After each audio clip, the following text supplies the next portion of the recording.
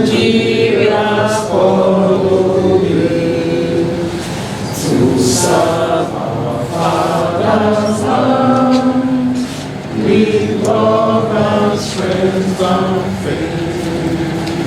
The labor of our heroes past shall never be in vain. To serve with heart and might, one nation bound in freedom, peace and unity. You can sit down, just a question. Of Ambassador Abiodun Kolade Olani, the Executive Director of AgriQuest Africa Network, to give us the welcome address. Ambassador, please.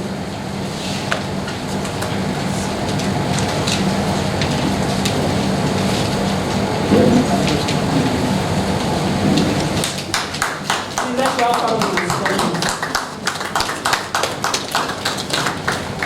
You're welcome.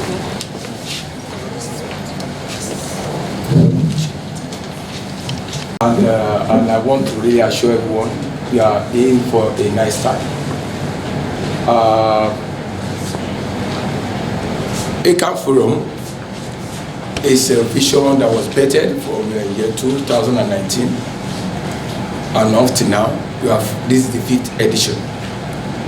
The first two centered on fruit and vegetable.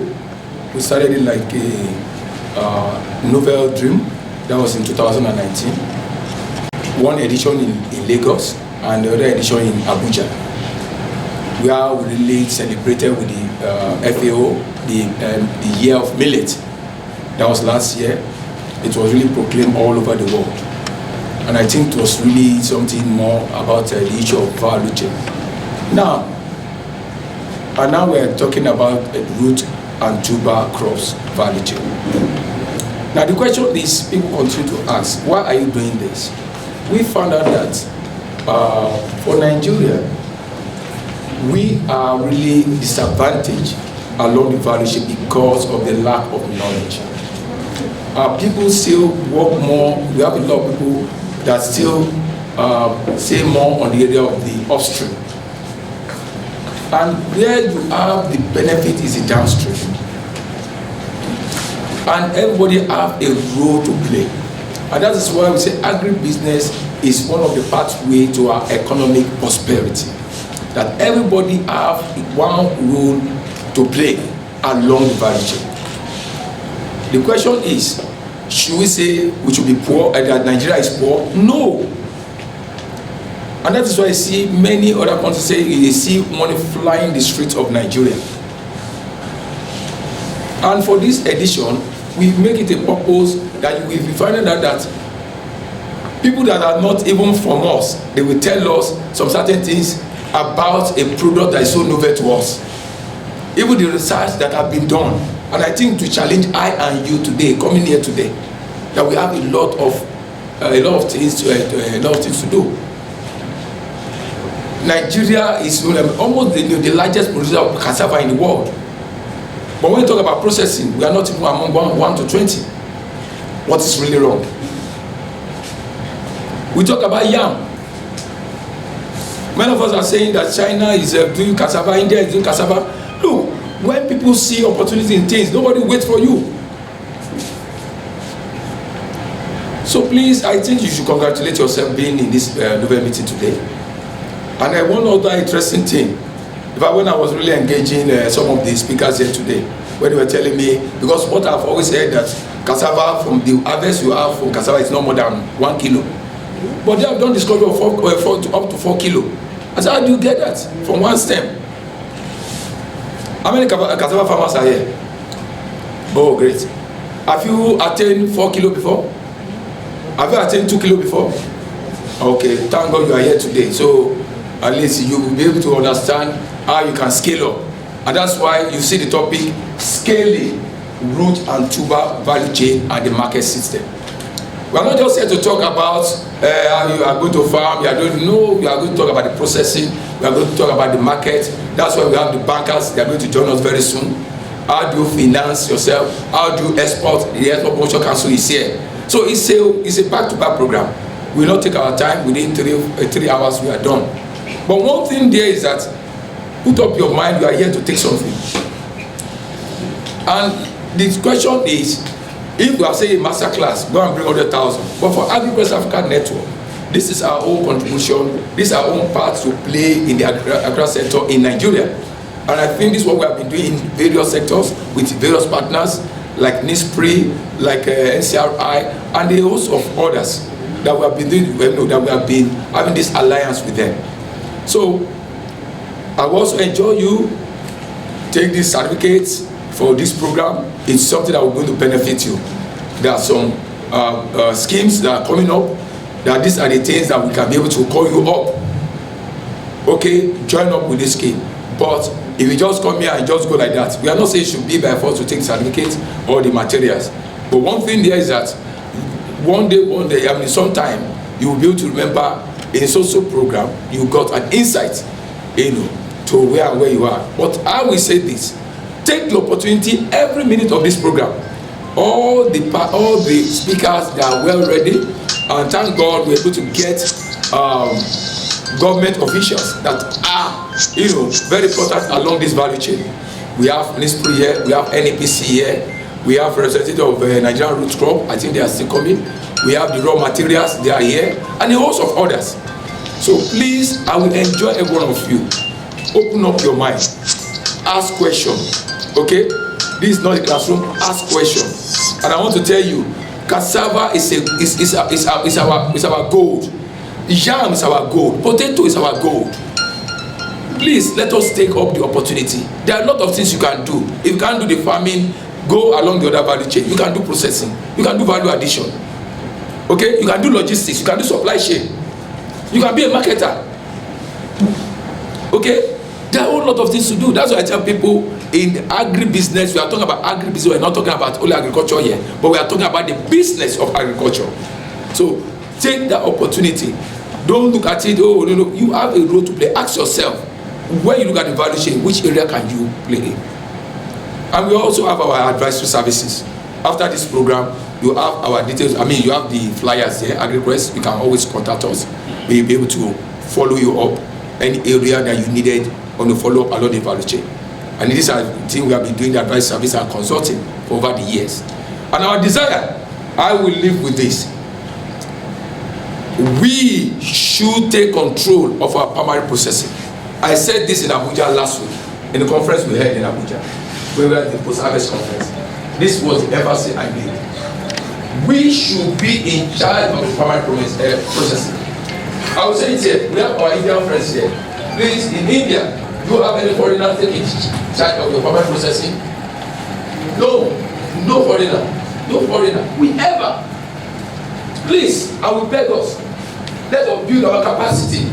I don't blame any foreigner that comes to play in that space. All over the world, nobody, countries that are very serious to play in their primary processing. Foreigner can wait because they have the advanced machinery, they can play along with in the secondary and tertiary processing. But your primary processing, I beg us, this area we need, we start the capacity from there. You cannot say you want to get a machine of $12,000, $15,000. But these are things with 200,000, 500,000 with the machinery. You can do it at background, even along your farm. You can do those processing, either to guide it to stash. There are technologies to do this. Please, I will beg us as Nigerians. Please, this value addition is very, very germane, and capacity is needed to play that role. So, once again, I welcome everybody to this August meeting, and I want to assure you, your life will not remain the same. Thank you. Thank you very much. Any distraction? All right, before we move to the keynote address, I would like to introduce our guests, our speakers, and also our guest institutions that are here. Okay, please, if you're here, maybe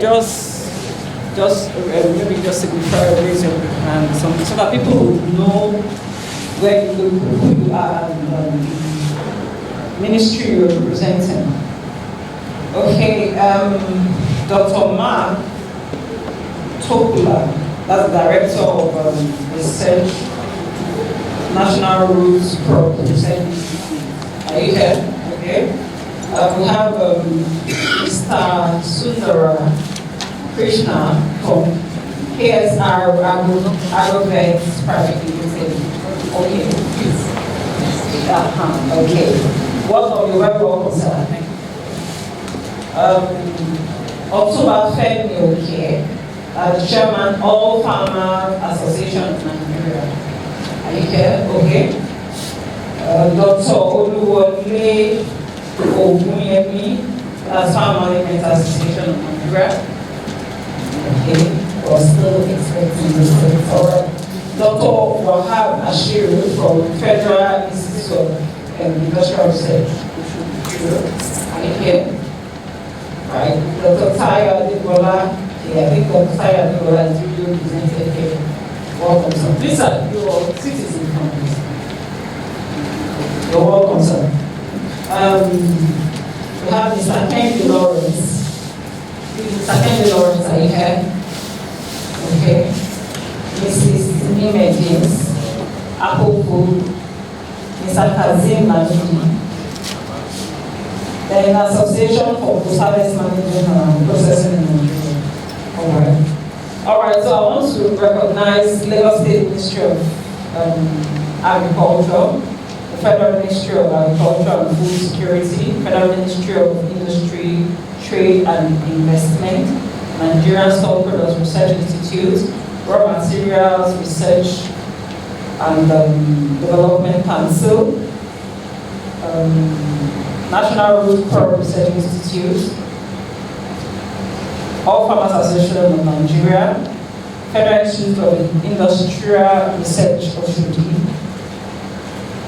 and every other guest and ministry duly represented here. You're very welcome, and our very own guests also, farmers, marketers, agro-processors, and everybody present here. You are highly welcome to this occasion. We said we are scaling all routes and tuber value chain and market system in Nigeria, the current approach and trends. So I would like to invite Ms. Abisola Olusoya, the from the Lagos State the Lagos State Commissioner for Agriculture, Ms. Abisola Olusoya. Oh, okay, it's heavily represented here by, okay, Mrs. Olabisi. That's this man for the keynote address. Well, please let's welcome.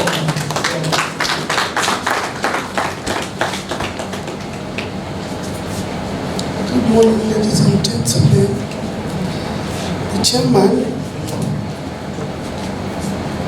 Mr. Kolade Oladu, the executive director of AgriQuest the Nigerian Network, and every other federal agency here represented. Good morning, great farmers, no farmer, gentlemen and ladies. I am here representing the Honorable Commissioner, Ms. Abisola Olusoya, who is unavoidably absent, and I present her speech, Exploring Root and Tubers Markets and Value Chain for Economic Development in Lagos State. Today, I stand before you to explore a topic of significant economic potential for Lagos State and beyond. The value chain of root and tuber markets. This sector, often overlooked, it holds tremendous promise for catalyzing economic development, enhancing food security, and contributing to sustainable agricultural practices in the state. The root and tuber market encompasses a variety of crops such as cassava, yam, sweet potatoes, and cocoyam. They play an important role in food security, nutrition, and climate adaptation. They provide important sources of income through direct sale and value addition via processing for food and non-food uses. They have high demand in local and international markets. These staple crops not only form an essential part of our diet, but also serve as a foundation for a variety of value-added products, contributing to both the agricultural and industrial sectors. As pressure on agricultural land increases, improved productivities of these crops will be needed. Women play a critical role in the production of these crops. Therefore, it is critical to consider the improvement of these crops as a means to relieve gender inequality within African agricultural systems. The current state of the market. The root and tuber market in Lagos operates within a traditional framework characterized by small-scale farmers and traders. In the year 1999, the root and tuber expansion program was inaugurated in the state, and the long-term objective of the program is to commercialize root and tuber production to improve the living conditions, income, food security, and nutritional health of the poorest smallholder households in the program area. It particularly targets small-scale farmers with less than 2 hectares of land per household. For these stakeholders, they face numerous challenges, including limited access to finance, inadequate storage facilities, and a lack of modern processing techniques. Despite these hurdles, the sector continues to be a critical source of livelihood for many, underscoring the need for targeted interventions to unlock its potentials. Exploring the value chain. The value chain of roots and tubers encompasses several stages of production, which are production, processes, distribution, and consumption. Each stage offers opportunities for value addition and economic growth. Production. This enhances productivity through improved seedlings, sustainable farming practices, and access to finance can significantly increase yield and quality, providing a solid foundation for the value chain. Processing. There is a vast opportunity to transform raw roots and tubers into a variety of products such as flour, chips, and starches. By adopting modern processing technologies, Lagos State can stimulate industrial growth, create jobs, and meet both local and international demand. Distribution. Strengthening the distribution network for roots and tubers and their byproducts can improve market access and price stability, benefiting producers and consumers alike. This involves improving infrastructure, embracing digital marketplace, and fostering partnerships among stakeholders. Consumption. Promoting the nutritional benefits and versatility of roots and tubers can expand their consumption. This not only enhances food securities, but open up new markets for innovative products. The way forward to realize full potential of the root and tuber markets, a coordinated approach involving government, private sector, and development partners is crucial. Investments in research development, infrastructure, and capacity building can drive innovation and efficiency across the value chain. Furthermore, policies that foster an enabling environment for agribusiness, along with initiatives to enhance market access, are vital for the sector's growth. In conclusion, the root and tuber markets hold great promises for contributing to the economic development of Lagos State by focusing on the unlocking of this value chain. We can create a more prosperous opportunity that lies within our rich agricultural heritage for the benefit of our economy, our environment, and our people. Thank you very much. Thank you very much, ma'am. Like she already said, that it's not a one-man thing. So it's coming together to achieve the success. Everybody has to work together as a team. So it's not only for the processors or only for the marketers, or only for the farmers, but for us to scale up root and tuber value chain, we need to work as a team, and we also need to have it at the back of our mind that working with the federal government and also working with their policies will take us to higher heights. So while we are here, I know that some things might not be new to us. However, there is no conference or no seminar you attend that you would not get something. So just open your mind so that you will receive what you are actually come here for. And there is no way that little knowledge, 1, 2, 3, here and there that you will get, it's going to improve your output generally. So don't, maybe someone starts the speech, or someone starts with a question, or someone starts with a topic, and you're like, oh, this is not new, oh, this is not new.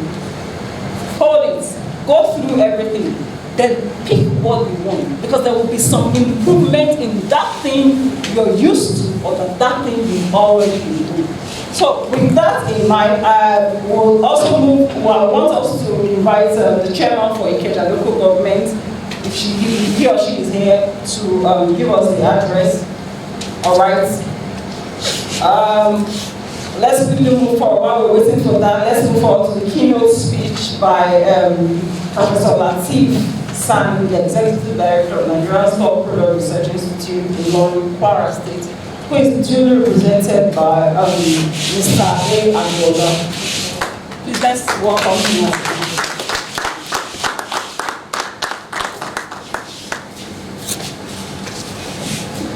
Good morning, ladies and gentlemen.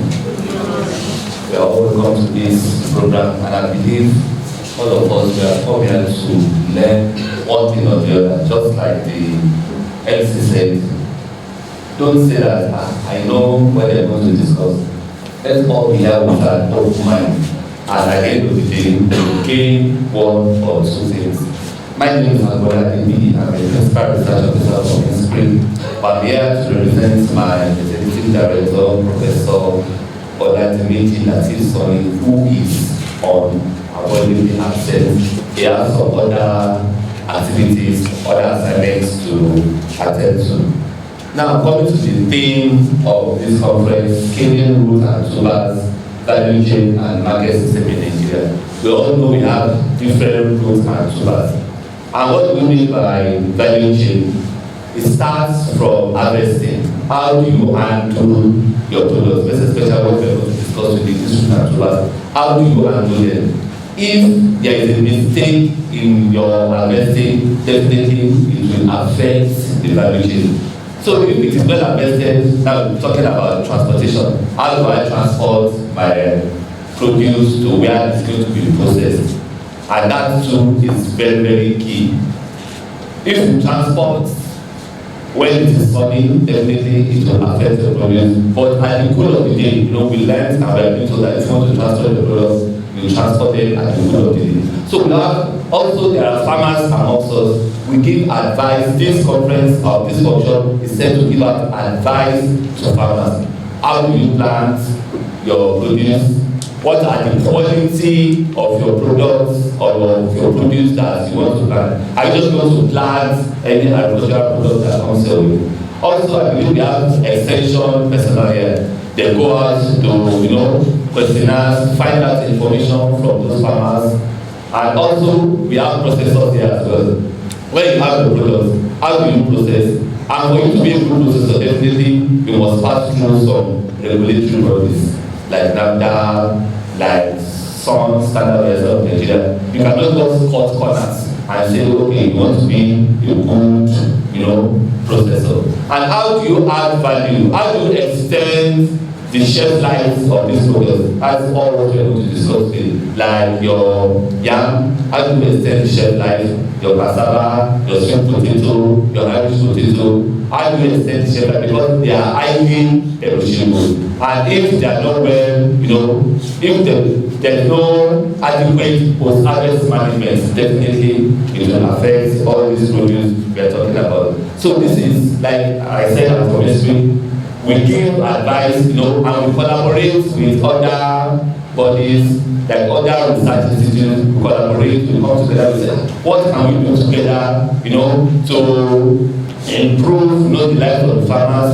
What can we do together, at least, to add value to the lives of people in this nation? They said agriculture is the key thing now. I was telling somebody that somebody will eat before he or she buys a dress. The person that has not eaten cannot say he or she wants to go to the boutique and wants to buy a dress. First of all, we must eat, and that is where what we are discussing today comes about. Also on this yam, I remember was it 2 or 3 weeks ago, someone came from the place, Entry. She said they have been having problems with yam, their yams always get spoiled. At the end of the day, what can we do, to salvage the situation? Say, okay, in this spring we have what we call yam ban. We construct yam ban for them. Yam ban, it is well aerated, where you can stack or arrange your yams in a position that yes, they will not, you not put them together so that air will come to it. They said, okay, I have a very vast land somewhere in Mobi that we can come and construct the yam ban for them. So this is what we said about collaboration. So don't let us live here without gaining one thing or the other. You can see what the two to collaborate. You can be a processor, someone can be a farmer, can come together and collaborate and better your lives. So let us have that at the back of our mind. And I believe that at the end of this program, when we look back, you will say, thank God that I've been part of this workshop. Thank you very much for listening. Thank you very much. I don't know about you. All right, so let me invite the next, Mr. Oluwashola Marino to give us keynote speech.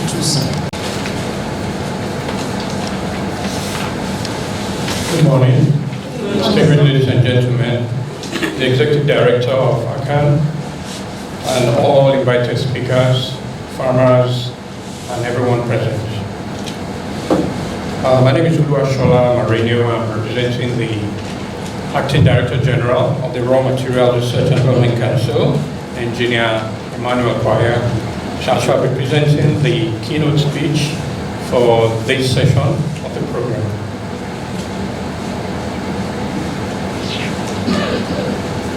The title of the paper is Scaling Roots and Tuber Crops for Effective Utilization as Raw Materials in the food and pharmaceutical sector.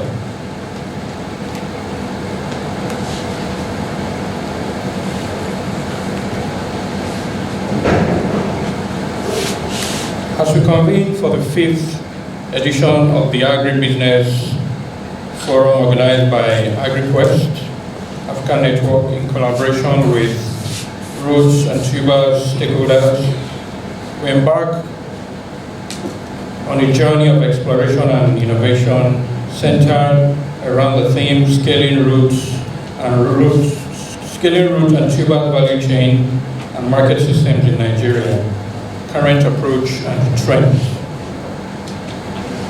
Root and tuber crops including cassava, potato, yam, ginger, and turmeric hold immense potential as sources of sustenance, livelihoods, and economic growth in our nation.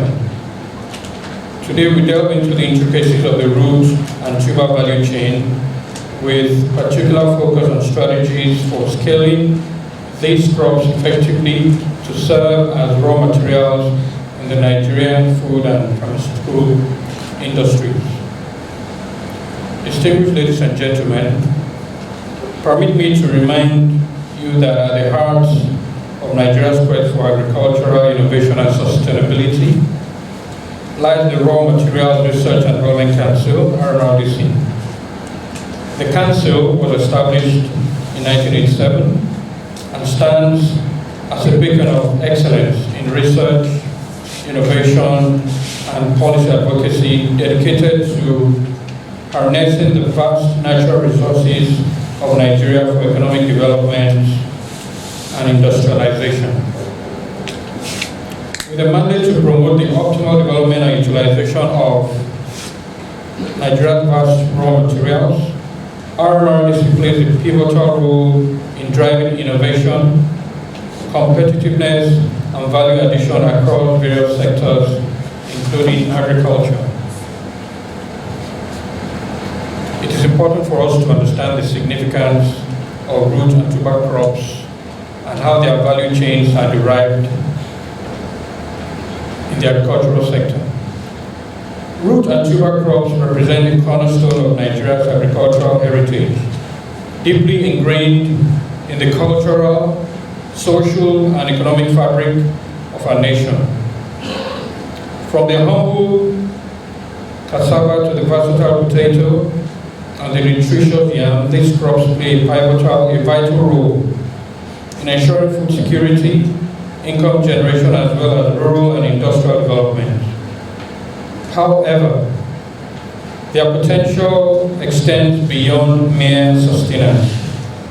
Root and tuber crops serve as essential raw materials in the pharmaceutical industry and food industries, fueling the production of a wide array of processed foods, beverages, and industrial products. I start with cassava. Starch production. Cassava starch is a versatile ingredient used in various food and non-food food industries, including food processing, pharmaceuticals, and paper production.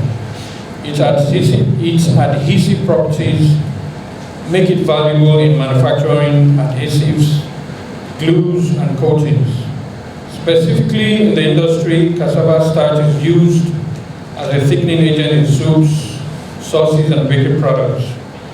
In the pharmaceutical industry, it serves as a binder in tablet formulations and as glucose syrup as additives in other drug formulations as well.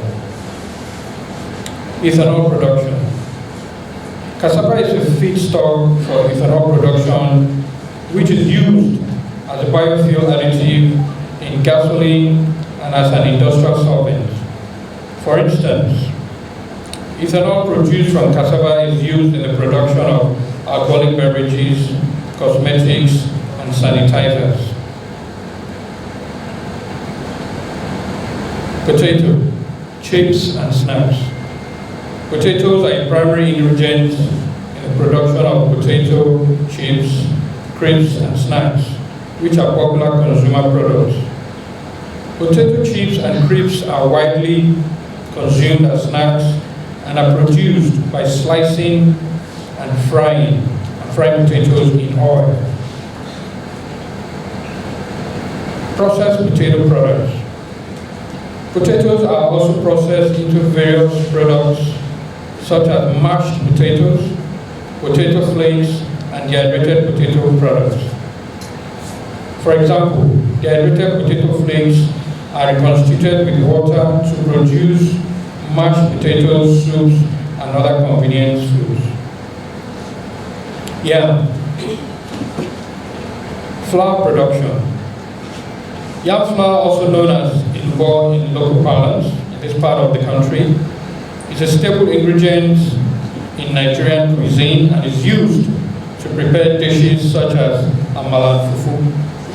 Yam flour is produced by drying and milling yam tubers, resulting in a fine powder that can be reconstituted with water to make a dough. Instant pounded yam. Instant pounded yam is a convenient alternative to traditional pounded yam, offering ease of preparation and longer shelf life. It is produced by processing yam into flour and then instantizing it through a drying process.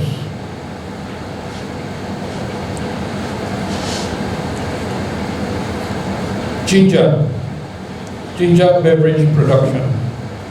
Ginger is a key ingredient in the production of ginger ale, ginger beer, and ginger tea, which are popular beverages with benefits and culinary uses.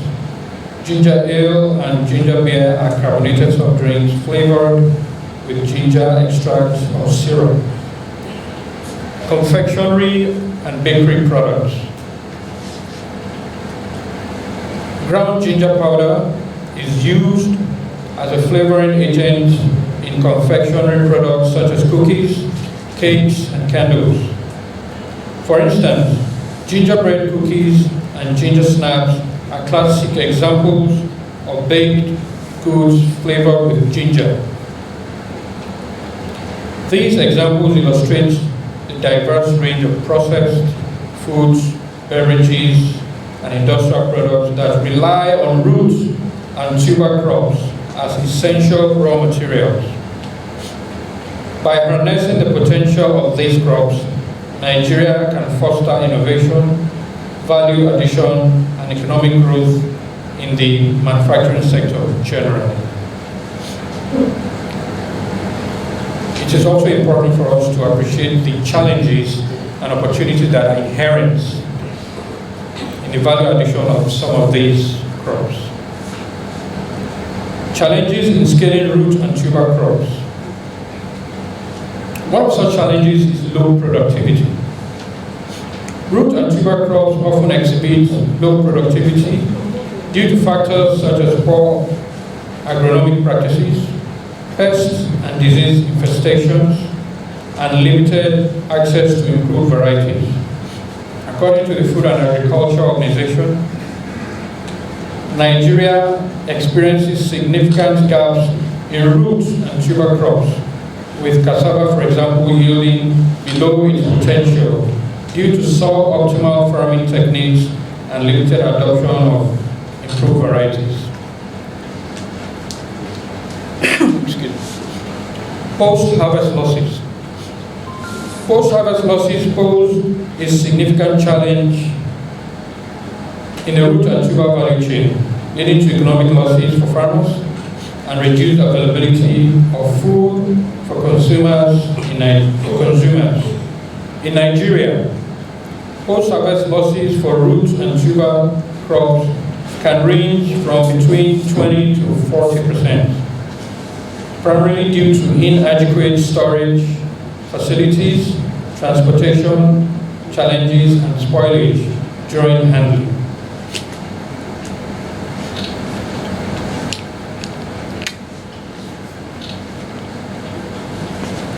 Market access constraints. Limited access to markets and inadequate market infrastructure hinder the efficient distribution and sale of root and tuber crops, particularly in rural areas. Smallholder farmers in Nigeria face challenges accessing formal markets, resulting in reliance on local markets with limited demand and lower prices for their produce. Limited value addition. Root and tuber crops are often underutilized in terms of value addition, with limited processing and innovation in product development. Despite the potential for value addition, Nigeria faces challenges in processing root and tuber crops into higher value products such as chips, flour, and snacks, due to limited infrastructure and technical know-how. Having spoken about the challenges, let us also appreciate the opportunities that are available in scaling root and tuber crops in Nigeria. Innovation in agronomy and technology. Adoption of improved agronomic best practices such as integrated pest management, precision agriculture, smart agriculture, and soil fertility management can enhance productivity and reduce losses. Technologies such as mobile applications for extension services, precision farming tools, and mechanization can improve the efficiency and productivity along the root and tuber value chains. Value chain development. Strengthening value chains through improved coordination, market linkages, and infrastructure development can enhance market access and increase returns for farmers. Initiatives such as farmer cooperatives, contract farming arrangements, and investment in transportation and storage facilities can also improve market efficiency and reduce post-harvest losses. Market diversification and export promotion. Expanding market opportunities through diversification into new products, categories, and export markets can increase demand and revenue for root and tuber crops. Nigeria can capitalize on its comparative advantage in root and tuber production. I'm sure we're all aware that Nigeria ranks about the first 3 in the production of cassava globally. To access international markets, leveraging trade agreements and quality certification schemes to meet global standards. Value addition and processing. Promoting investments in processing, infrastructure, technology and skills development can unlock the potential for value addition and innovation in root and tuber products. By diversifying products, offering, and targeting niche markets, Nigeria can capture additional value from root and tuber crops, creating employment and income opportunities along the value chain. Strategies for scaling root and tuber crops in Nigeria. Drawing from the experience and resources of RNRDC, Nigeria, as well as the international community best practices, let us explore strategies for scaling root and tuber crops effectively. 1. Investment in research and development, R&D. Robust R&D initiatives are essential for developing high-yielding varieties, enhancing pest and disease resistance, and improving agronomic best practices for root and tuber crops. Through strategic partnerships with research institutions, extension services, industry stakeholders, and participatory involvement of major stakeholders along the various value chains of these root and tuber crops, RMRDC drives innovation and technology transfer, catalyzing productivity gains and quality improvements across the various value chains. For example, the RMRDC Cassava Research Program launched in collaboration with leading research institutes such as International Institute for Tropical Agriculture, ITA, and the National Crops Research Institute, NRCRI, focuses on breeding improved cassava varieties with traits such as high yield, disease resistance, and enhanced nutritional content. Through field trials, genetic mapping, and participatory research with farmers, Nigeria has successfully developed and distributed several high-yielding cassava varieties, such as TME 419 and TMS 30572, which have significantly increased productivity and income for smallholder farmers across Nigeria. Value addition and product diversification. By investing in processing technologies, quality control measures, and market linkages, Nigeria could facilitate the development of a vibrant agro-processing industry, creating employment opportunities, and enhancing income generation for farmers and processors.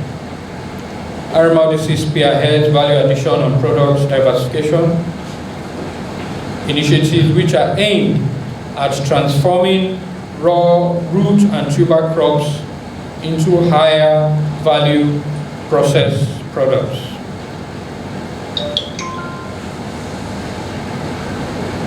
I think this is in line with what the Executive Director was talking about in his introductory speech, that we should lay emphasis on value addition of primary raw materials. One of such outstanding endeavors of the Council is the RMRDC Yam Processing Project. In collaboration with private sector partners and research institutions, RMRDC has implemented a yam processing project aimed at promoting the commercialization of yam products such as yam flour, yam chips, and yam-based snacks. Through capacity building programs, technology transfer initiatives, and market development activities, RMRDC has empowered small and medium-scale enterprises to establish yam processing facilities and penetrate domestic and international markets. The project has not only generated employment opportunities and income for rural communities, it has also contributed to the utilization of surplus yam production and reduction of post-harvest losses. At this juncture, I'd like to invite all our stakeholders that the Council, in its innovation center in Abuja, has over 30 process equipment plants that have been tested and have been patented, processing different agricultural commodities, roots and tubers, tomato, you can name them, cereals and all of these things. So we invite you to pay us a visit at our plants in Abuja, at the National Space Research Development Agency, where we have a 3-hectare plant that caters to the needs of processing these primary products. Market access and export promotion. Leveraging its expertise in market intelligence, trade facilitation, and export promotion, RMRDC works tirelessly to expand market access and promote Nigerian roots and tuber products in domestic and international markets. Through targeted marketing campaigns,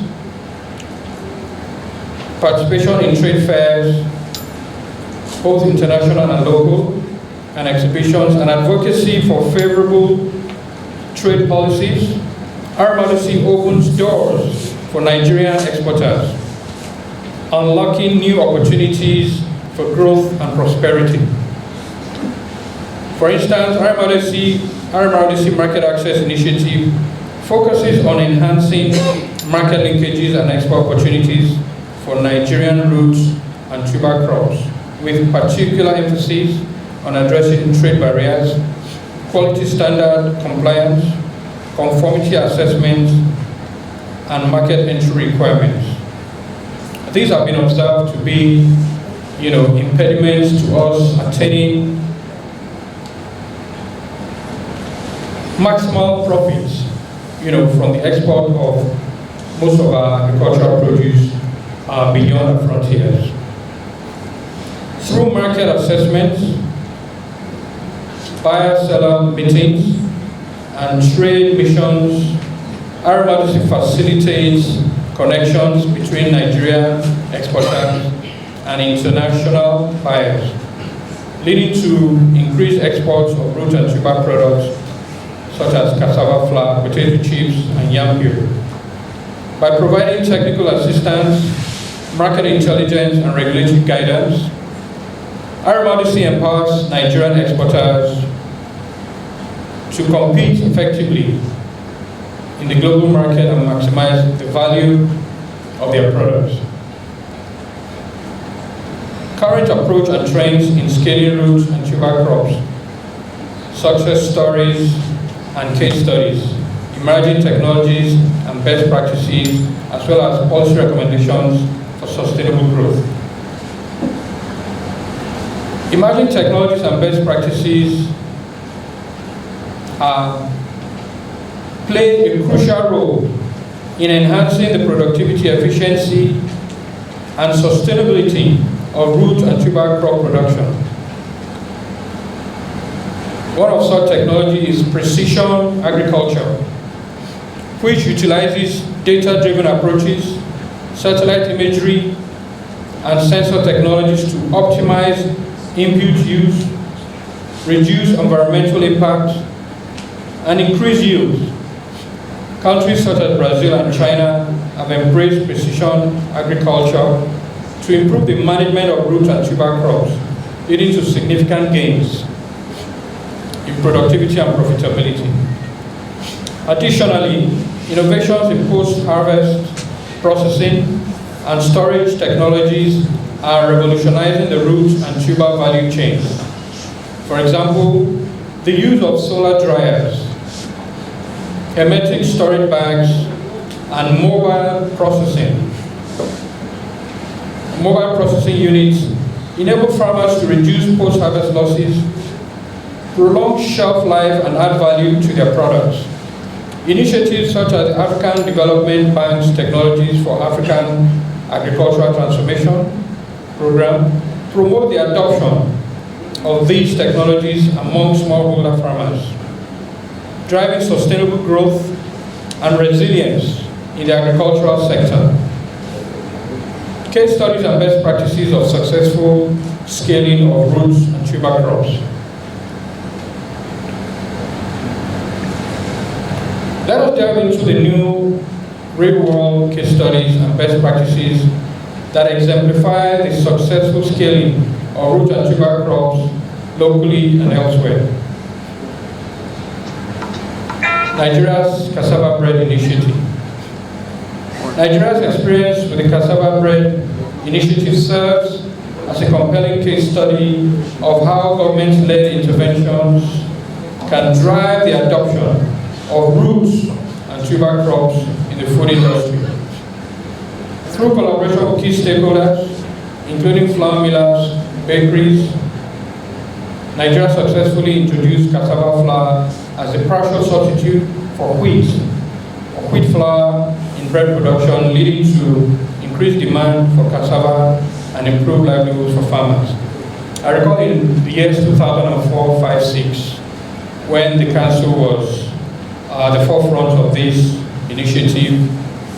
We collaborated with some local fabricators. Someone called Niji Lucas developed a cyclone to produce high-quality cassava flour from cassava. And that was instrumental in attaining the cassava flour 10% initiative as substitute for wheat flour in Nigeria back then. Nigeria's cassava transformation agenda. With the efforts of RMRDC and in collaboration with various stakeholders, Nigeria's cassava transformation agenda has witnessed remarkable progress in recent years. Through investments in R&D, value chain development, and policy support, Nigeria has emerged as the largest producer of cassava in the world, with a thriving processing industry that produces a diverse range of products, including flour, starch, glucose syrup, and ethanol. Excuse me. Ghana's Yam Export Promotion Program. The potato value chain in Kenya. In Kenya, Aramadu's counterparts have spearheaded initiatives to promote the potato value chain, resulting in increased productivity, value addition, and market access for smallholder farmers. By investing in certified seed production, post-harvest management, and market linkages, Kenya has transformed its potato sector, created employment opportunities, and improved livelihoods in rural communities. Ghana's Yam Export Promotion Program. The Ghana Yam Export Promotion Program has positioned the country as a leading exporter of yam products in West Africa. Through investment in quality standards, compliance, packaging and market development, Ghana has successfully penetrated international markets, generated foreign exchange earnings, and enhanced the competitiveness of the yam value chain.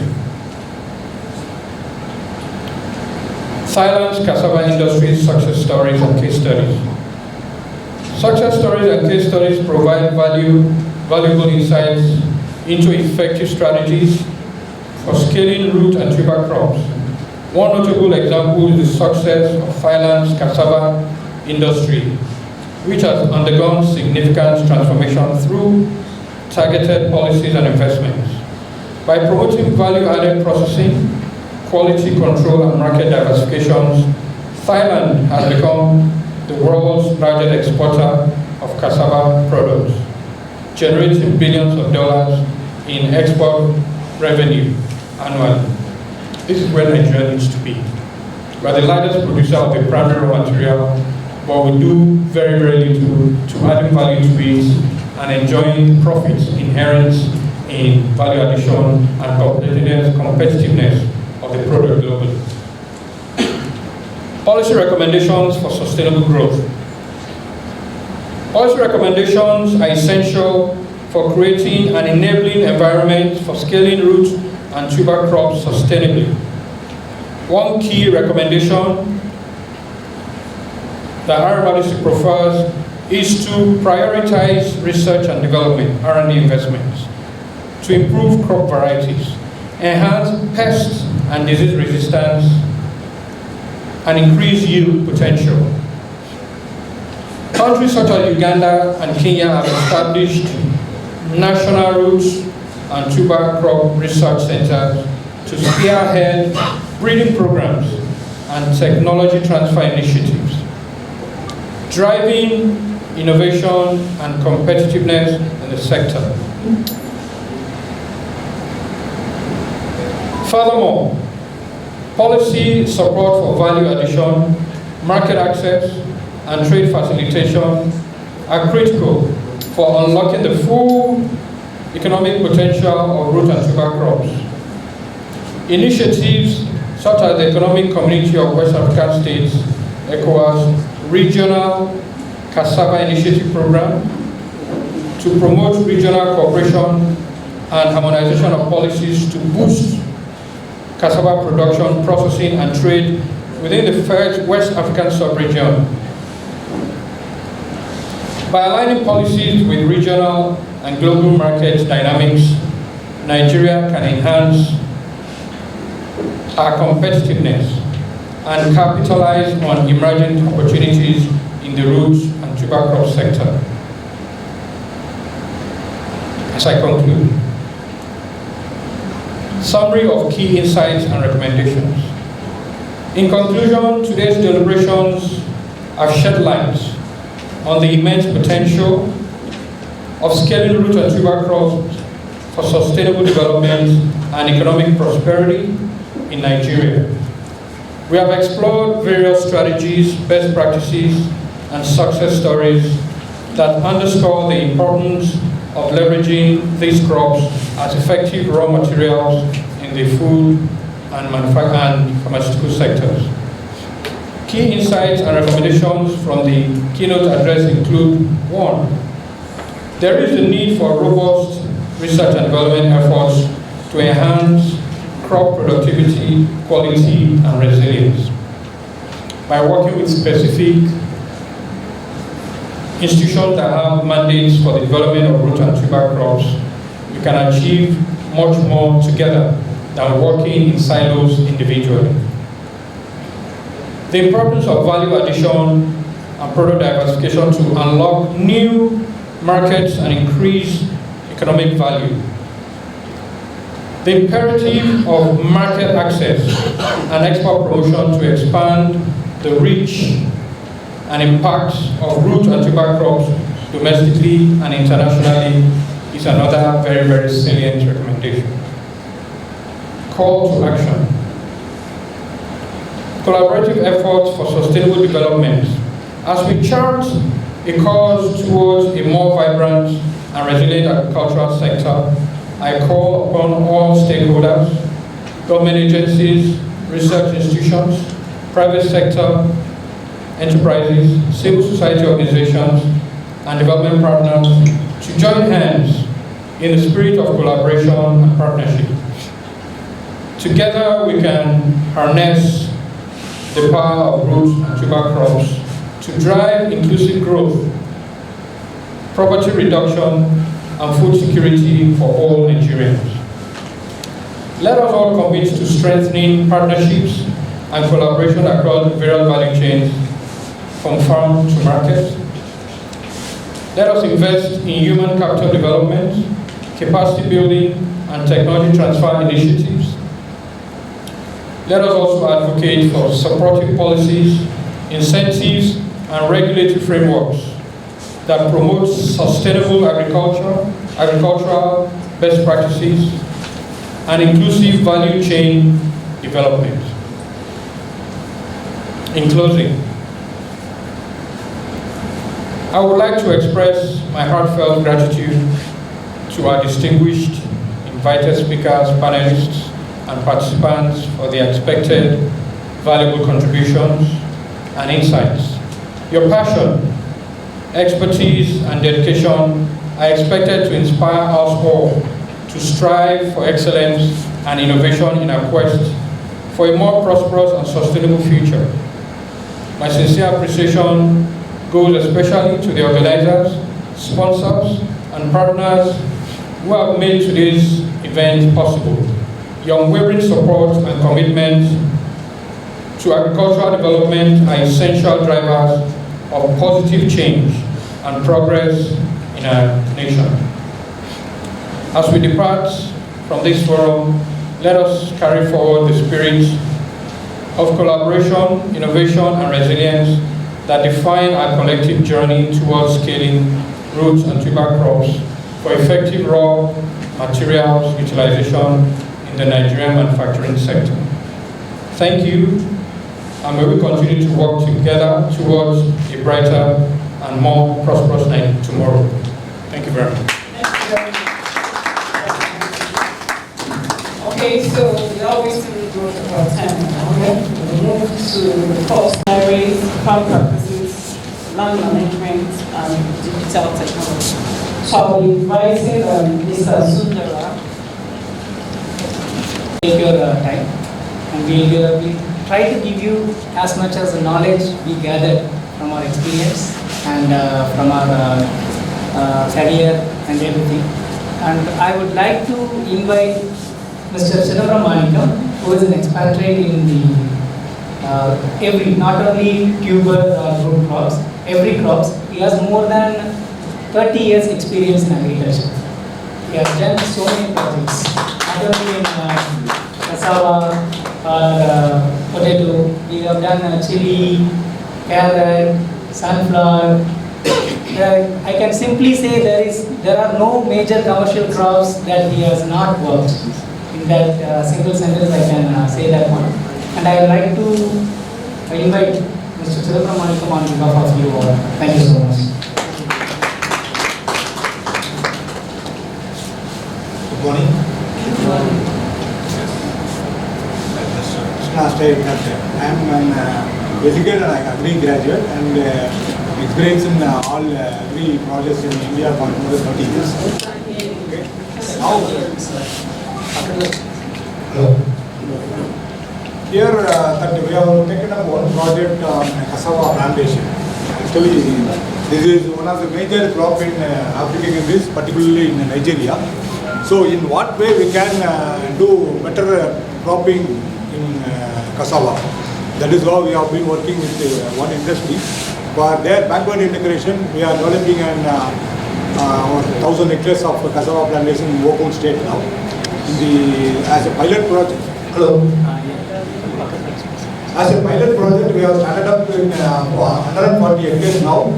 So in this 140 hectares, that 20 hectares is about to harvest, and we have taken some samples from that plot also.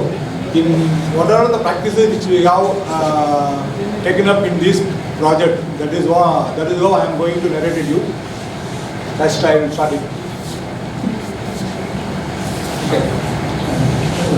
I think this is Cassava. That it is a major crop in Nigeria and also in all African countries. There is no need to introduce the Cassava in Nigeria. So you know the importance of Cassava. That is used in your own. You are using for the cocoa, garlic, lagoon, and all your food products.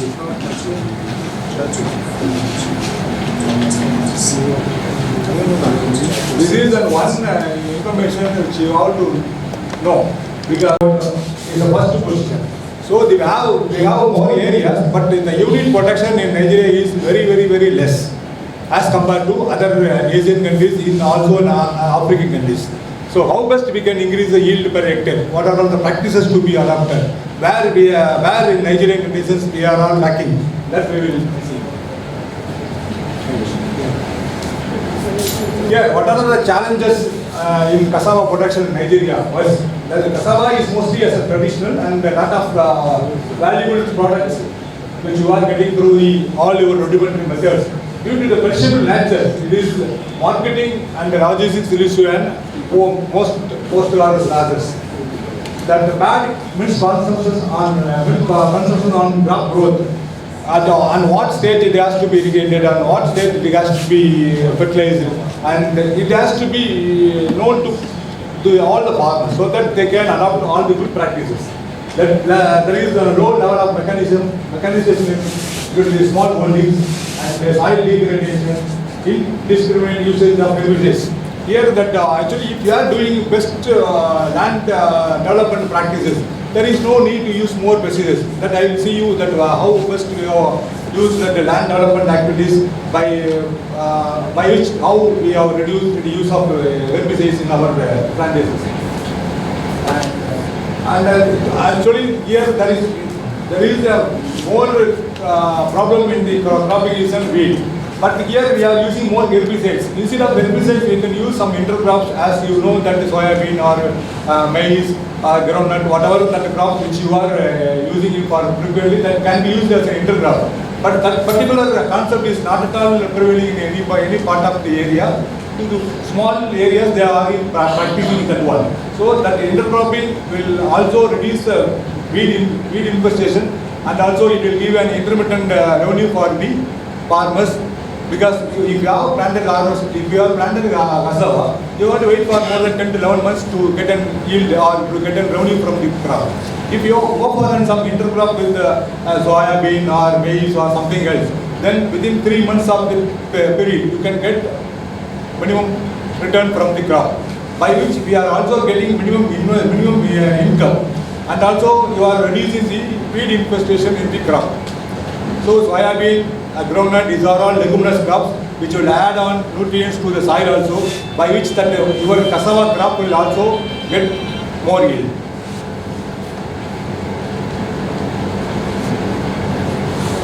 Actually, we are working with one cassava processing industry for starch production. What are the major constraints they are facing? It is non-availability of quality raw materials. Because you are not at all harvesting at an appropriate time. It may be harvested on 10th month, or it may be on 11th month, or it may be on 12th month. So that the time of harvest, which gives us good quality, starch content and other things. So, but that is also one of the lacking.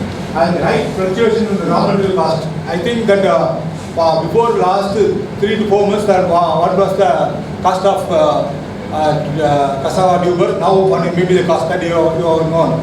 Because while preparing the project in the 2023 January, that my operational cost of protection is nearly about 25,000 naira. Now it is 55,000 naira per kg. Okay.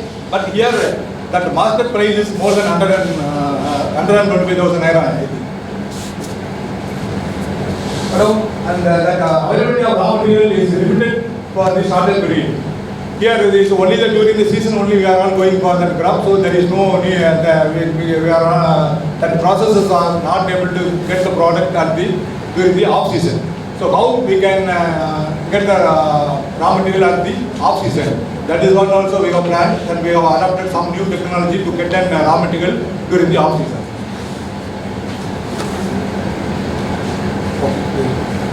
What are the technologies which we have taken into adoption? There are ordinary technology which you are practicing, but now we have some improvised technology we have adopted here.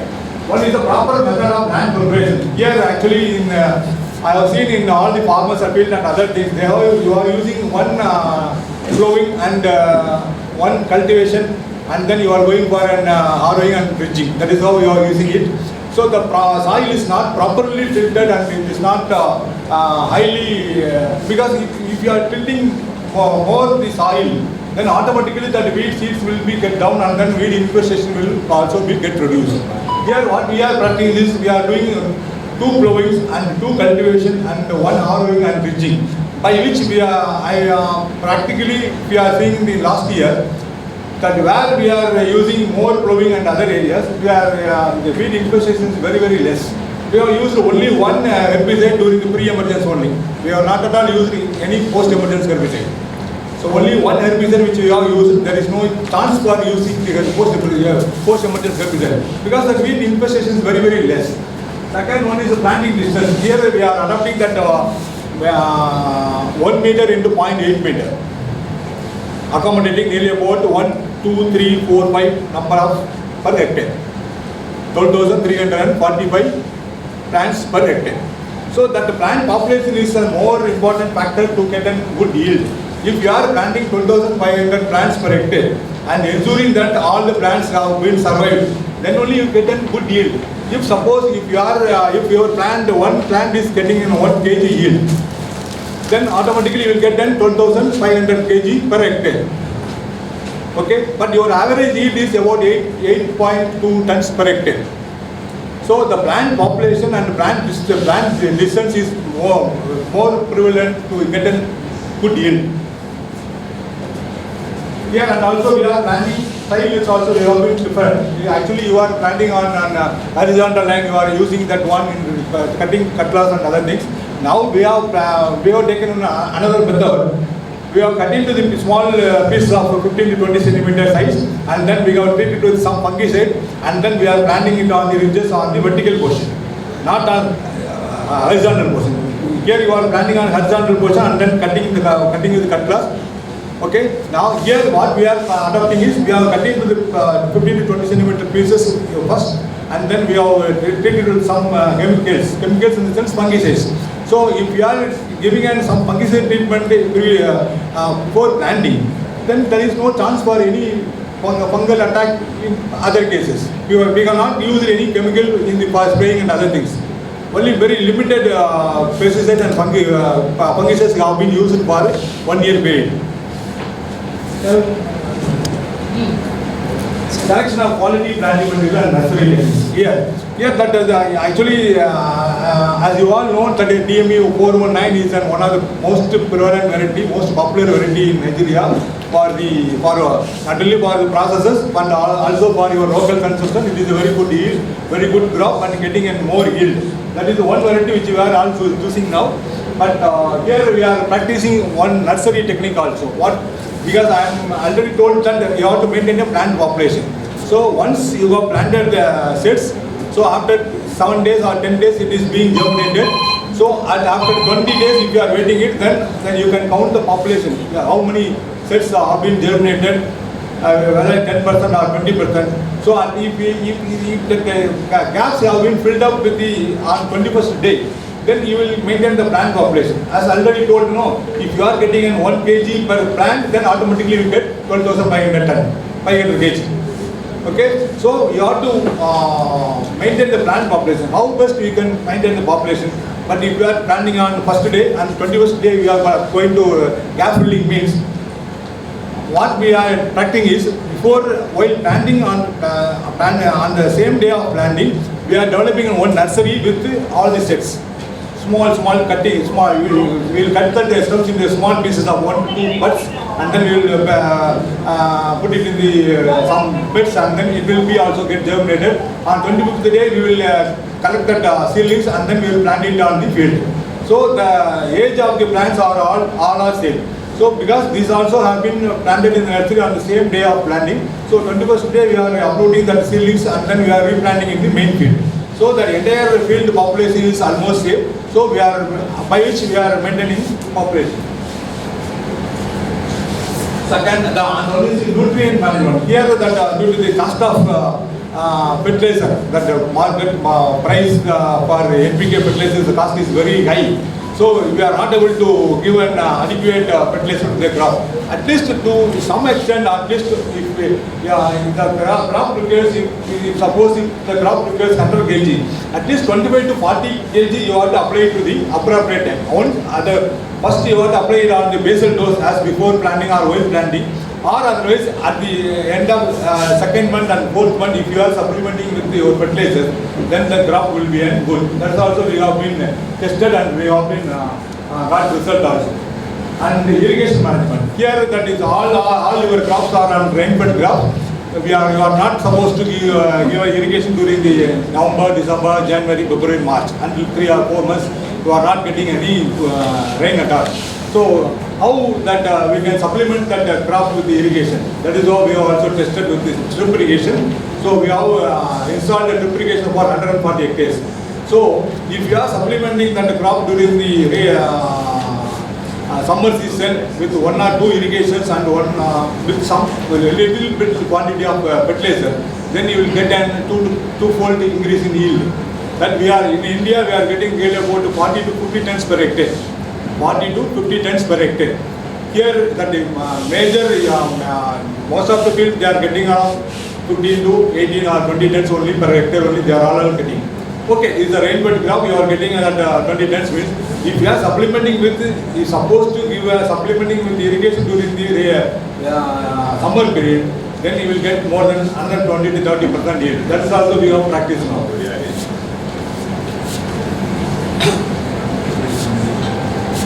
Here, that is, we have also selected that one, your DME 419 as an variety forest.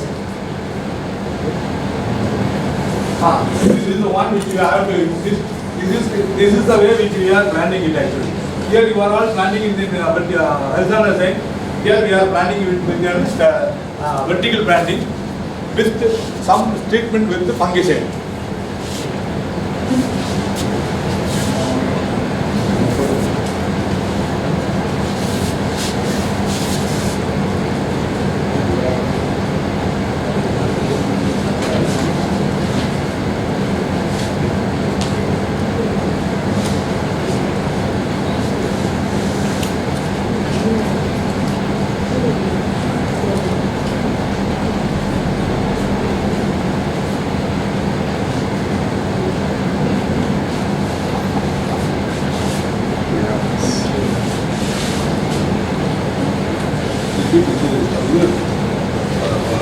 With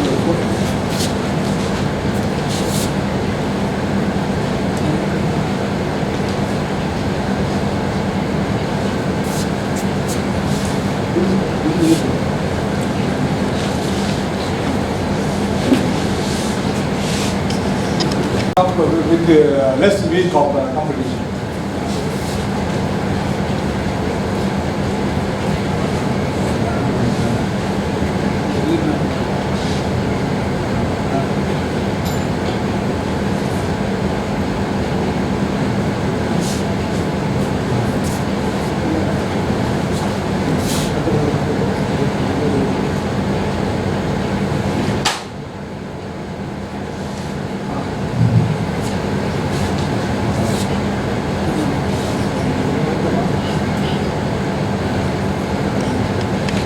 Cotton trial harvest. So we took nearly about 5 to 6 plants. So 2 to 3 plants will give more than 4.5 kg and 2 plants have more than 3 kg. On an average we are getting 3 to 3.5 kg. So assuming that if we are 10,000 plants arrived in the 1 hectare plantation, then we can get 30 tons per hectare. It is a pure rain-fed crop. Actually, I told you that we are putting an irrigation, but it's still, though we have installed a drip irrigation, but it is very late. We have during February, March only we have completed that drip installation.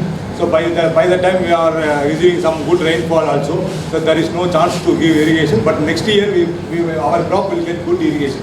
But even then, with the rain-fed crop itself, it gives an average yield of more than 30 tons. So there are some minimum package of practices, good practices if you are adopting it. From the point of selection of sets and planting distance and maintaining the plant population and land preparation along with the herbicide usage and minimum quantity of fertilizer application. That even if you are applying the fertilizer cost, it will be compensated with yours. Definitely your yield will get enhanced. That we have been. We are also using our own fertilizer of 12-17. 12-17 only we are using it, no, none other than other imported fertilizer. Your own local fertilizer only we are using it. But at appropriate time, at what time you want to apply? Either on the basal dose or on the first month or second month or third month. So you are getting, you are being blessed with the rainfall for more than 6 to 7 months. So you can, whatever time you are permitted, you can apply that fertilizer, but before 4 months period.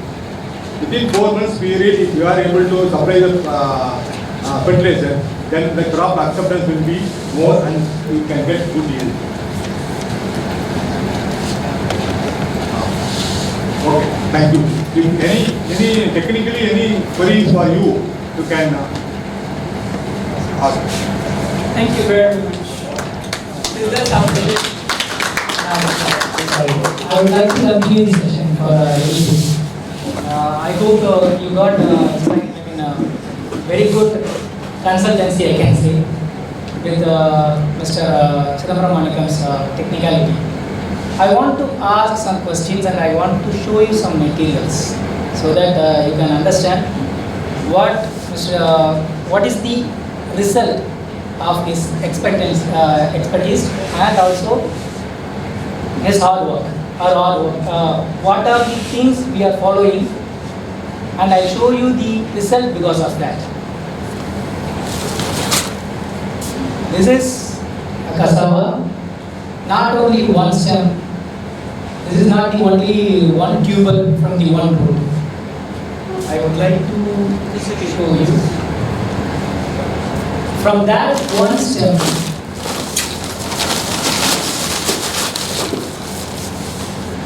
we got these tubes. 4.5 kg. 4.5 kg.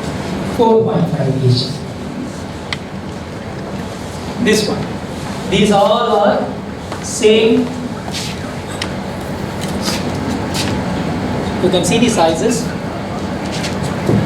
And definitely I can cut 2 or 3 cassavas and I can put it together and I can say I got it from one plant, right? There are possibilities. Right? Yes, definitely. Because in Nigeria, normally even occasionally or even some special times, this 4.5 kg is not a result that you heard of previously, right? So there are possibilities. I can cut 2-3 plants, 2-3 stems, and I gathered and I brought it, and I'm just saying you it is one stem. I'm getting this evening one plant yield, right? That is why I brought the root.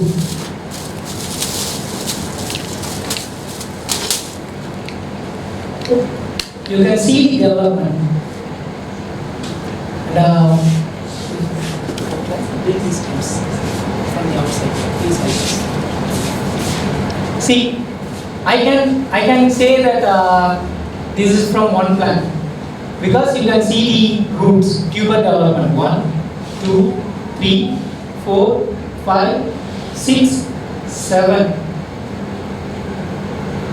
Anybody wants to see agriculture?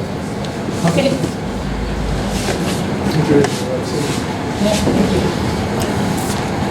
Those top ones are stems. The down ones are tubers. And this is the stems. These are the stems we got from one plant. You can see the stems thickness, count, size, and other things. So somebody want to carry the bag and want to check the weight, can try. So whatever I am bringing you is an evidence.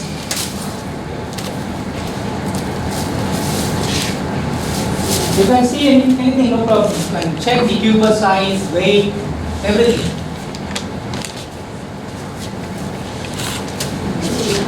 Thank you.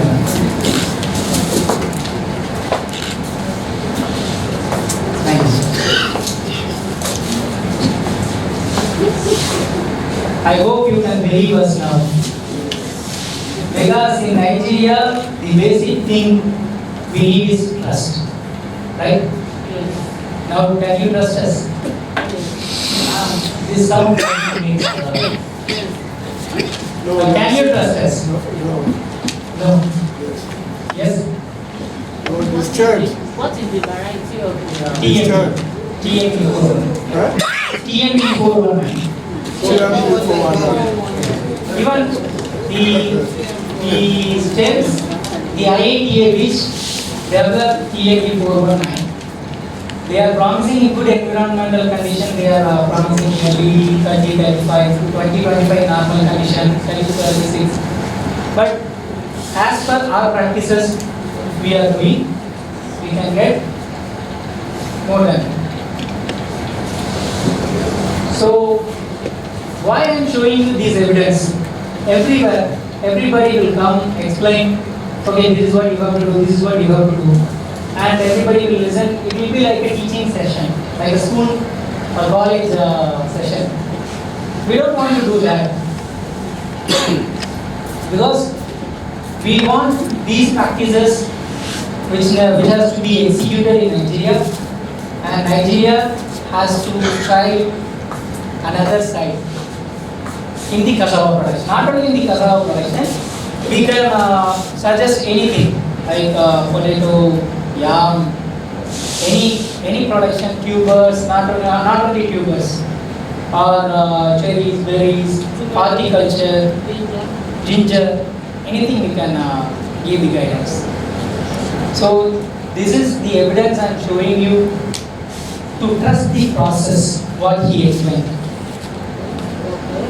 If you are spending nearly, let's say 10,000 naira, 15,000 naira per acre and getting 10 ton or 15 ton per hectare as a result, and you are spending nearly 10,000 extra and getting double the yield, which is better?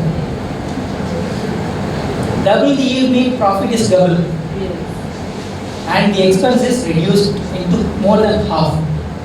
Right? Yes. If you are going for a new land which is 80 hectare, you want to produce some amount of cassava, let's say per hectare you are getting 15 kg per ton, 15 ton per hectare.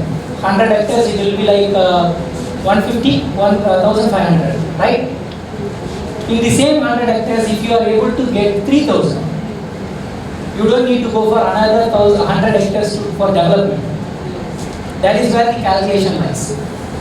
That is what he is saying. Use the process properly. Plowing, cultivation, harrowing, desteming, bridging, planting in vertical, not as an horizontal. Because small changes will lead to big differences. Right? Small changes will lead to big difference. That is what we are. Cassava plantation, agriculture is not new to Nigerian people. It is not new to anybody around here. But the changes we are doing, which will give a positive impact in the process. So that is what we are trying to explain. Okay. Thank you so much. If you have any question and if you want any answers, you can ask us. We can explain here. Thank you. Thank you very much. Only putting in a little change to what they are used to. And so that's why it's giving them a bountiful yield. Do you understand? And so from what he said now is that little change that they are introducing is only costing maybe a little extra than what you are used to or what you invest in. So that if you invest just that little extra, you most definitely get a better yield. And so for that, for me, I would like to ask a question of Mr. Krishna. You said for this thing that this little change that we're talking about, is it basically on cassava? I don't use cassava. Not only cassava. Yeah. So well, is it basically root and tubers, or it goes beyond root and tubers? Yes. Yes, we can do. They can do any root and tubers. Actually, Any root and tubers. Here we are taking on one proposal for Cassava. Actually, this project is meant for one industry. Actually, they want to procure nearly about 30 ton starch industry. So 30 ton starch industry means they need nearly about 120 tons per day. If they are running a factory for 300 days, they may need nearly about 45,000 tons. Is it possible to collect all the raw material in all the months in Nigeria? It is not possible to collect that material in all the 12 months if they want to run. So, for which we have designed one project to get an off-season crop, for which we have introduced some irrigation cell and other things. Actually, cassava needs irrigation, but it is not like coconut or other crops. It needs more irrigation, but it doesn't need more irrigation. At least once in 15 days, if you are able to give an irrigation, then it will give more yield. That is what we have been observed. Actually, basically, this is also an endowment crop in India. Only part of the area have been practiced with the irrigation. So here you are getting a rainfall for more than 6 to 7 months. So the rest of the 3 or 4 months, if we are supplementing irrigation, it will pass. How best? Or otherwise, what we have to do? We have to give some good fertilizer and good cropping practices during the period available with you with all rainfall. So we have rainfall for 6 months. No, that 6 months, whatever we want to feed with the crop, we want to feed, but you are not at all doing. Second thing, actually after under rainy season, the crop survives well with irrigation and other things. So after that, if the summer comes, then the plant is very difficult to get nutrients from the soil. What we do, already they take the nutrients which they are already stored, because we have tested that one tuber at the 6 months. So 6 months itself, we got nearly about 2.7 to 2.8 kg. So what will happen if we are not irrigating the crop, if we are not supposed to give a irrigation, then at the last 3 months, November, December, January, February, that plant to survive, it will take nutrients from the reserved tuber. So automatically that yield will get reduced. That is what it happens to all the tuber crops. So to retain that already stored yield, and we have to practice something. At least then what we have to do, if suppose within 6 months if the crop is development 3 kg tuber, if suppose if you are giving more nutrition and other things, if you are giving good practices, then automatically you get to develop 4 kg. So even if you are not able to give irrigation or not able to summer months, if it is reduced to 1 kg, then you will get 3 kg. So automatically you will manage with the higher yield. That is how we are advising you to. The proper practice should be followed within 6 months, whatever the available fish. That is what. Not only for this crop, we are also trying one crop not in the root and tuber. We are having one plantation development for cashew. The cashew woods also, actually these are all dry but crops. If supposed to give a nutrient and other things, small developments, then we will get a good yield. So we have to go for, actually already that previously the he has spoken that precision agriculture, smart farm. Here we need nowadays, though that your Nigeria is concerned with more labor people, but during the season we are not able to get labor. Why? Because this is the only available period for your own agriculture. No? So anyway, all of them are in agriculture. So we couldn't collect the laborers at the appropriate time to get more weeding or something else. So now we have introduced some mechanical harvester, even we have introduced some mechanical planter also. Actually we have used one mechanical planter from your Nigerian side, but it is all your horizontal side. No.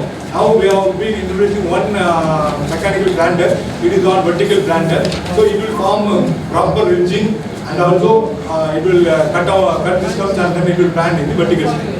So we can reduce the labor requirement for this particular building. So if you are properly making a bridges, you can use that in between the 2 rows with some intercrops. For which we are using some seed drill for soybean.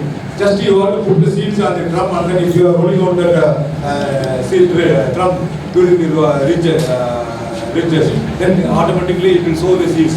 So that by that way you can reduce the labor team, and also if you are getting good yield. That is a very small improved practices which we are dealing with. Thank you very much. So as he explained, you can get the yield, you can increase the yield in any crop. Now, yes, with good practices. So that guidance we can explain, we can give to any crop, not only with this crops. Okay. Thank you very much. Any other question, please? Let me just, okay. I'm only going to take 3 for this session, so let me see. 1, 2, 3. Let me do the 4. Great farmers. Great pleasure. My regards to the organizer, the resource person, and all stakeholders. My name is Apostle Dealroom. My question is this. Your presentation is well innovative and educative.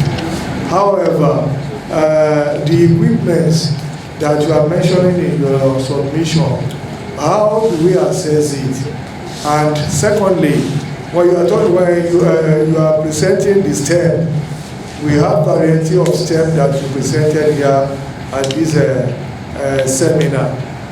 You are not able to identify this is the MTE 419. These are the other ones, and so that we can know the quality and the duration of planting each stem, different variety of stem that you presented, and the duration of month of their production. Okay, you want advice on other breeds also, like not only in DME 419. We want to know about other species. Okay. Yes, those stems. It's a DME 419. I think, okay, all those ones you have is Yes. 419. So that belongs, or that question comes under what purpose we are going for. And there are so many things we harvest, we plant cassava for garlic, for food, for export, for starch. So based on the end product, we will choose the specimen. That is also a case. And yes, Sorry, I think that is what he's trying to say. It's like if you are giving up brought samples of those varieties and saying, okay, this one is good for this. Yes. This one is good for that. If one gets that also more we can knowledge, give. That also we can give. one will get more knowledge Yes. about Yes. cassava and know that okay, when you are planning to go for cassava, Yes. you must have a particular thing in mind you want to do. Am I going to do it for garri?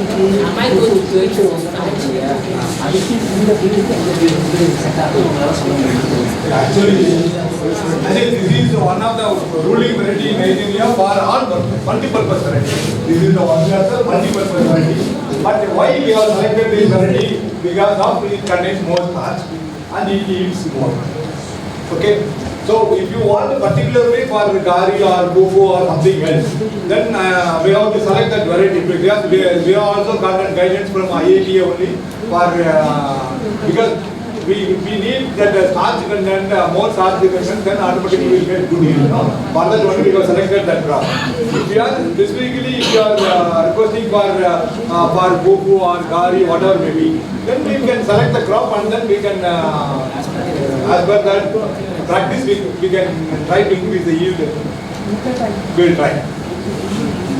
Okay, that is what you are getting. No? Is there any particular varieties available for particular purpose? Huh? Is that what you want? No, this is the question almost I'm probably deciding to take a question. The question is almost circling around the same thing. Yes. However, I think they can't hear him clearly. Due to the mic.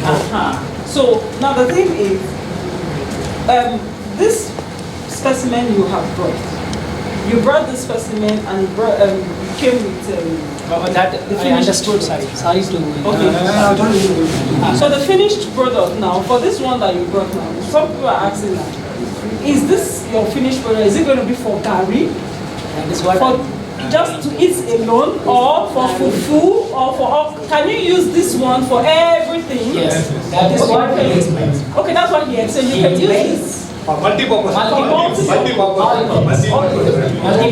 all-purpose variety. That is what he said. Because of the mic, we are not able to hear. Then, you know, this stem you brought now is only one specimen. So the other ones that you display here, can we still use them for multi-purpose as well? And would we still give the same? It depends. Why we are going for this product? Yes. For now, we are doing backward integration for the starch factory. Starch factory. Starch factory, we are doing the backward integration for that company. Okay. So for that, we selected this one with the IATA guidance because all over the world, there are different regions. Those different regions, they have different specimen. Okay. Maybe the characteristics, natures, maybe 80%, 90% will go together, but not 100%. So in India, we have the knowledge about the product which is suitable for cassava or starch or sabudana or any other product. But bringing those products here, doing the things, it's a time-consuming process. So here, which product, which specimen, which breed is best for which product? That one we can get the. Here you are the top ruling varieties which you are using in Nigeria. This is the IAT recommended varieties. For which we have selected this one TAP 419. This is it is easy for mechanization and other things that they were told. So we are going for planting with the machinery and harvesting is also with the machinery. Because we want to harvest nearly about 100 to 110 hectares per month we have to harvest it. Okay. So how is it possible with all labors and other things? You have to plant 110 hectares every month and 110 hectares you have to harvest it. So we increased for planting and both for planting and harvesting, we are introducing machineries. Alright, so another question that they are asking now is, the machineries you're using, how can they access it? Now, at present for our personal purpose we are taking that machinery. So if you need that machinery for running other things, then it will also be imported or we will service you for that one, no problem. Fine. So it's on request. Yes, that's we are also planning for an outgrower program for our own factory. Because we cannot produce all the requirements from our on captive farming. So we need to depend on the farmers also. So now as a trial purpose, as R&D purpose, we are taking on all the practices in Nigerian conditions. I am not at all introducing any new practice from India. It is all your own practices, but it has to develop and the calendar of work. What time it has to do, how much it has to do, that is what we are organizing now. So this all the our R&D results will be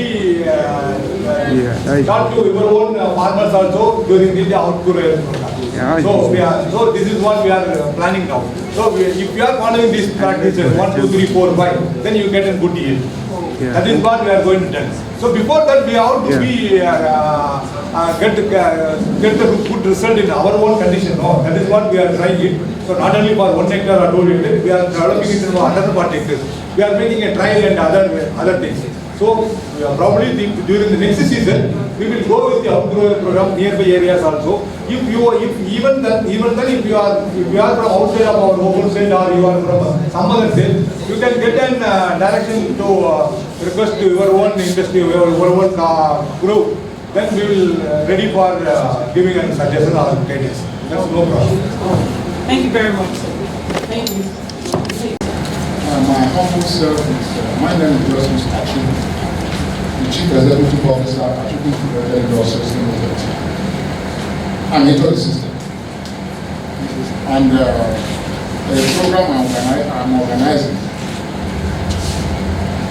commodity exchange program, of which cassava is the major aspect of it. And what they have here, I have it here in my hand.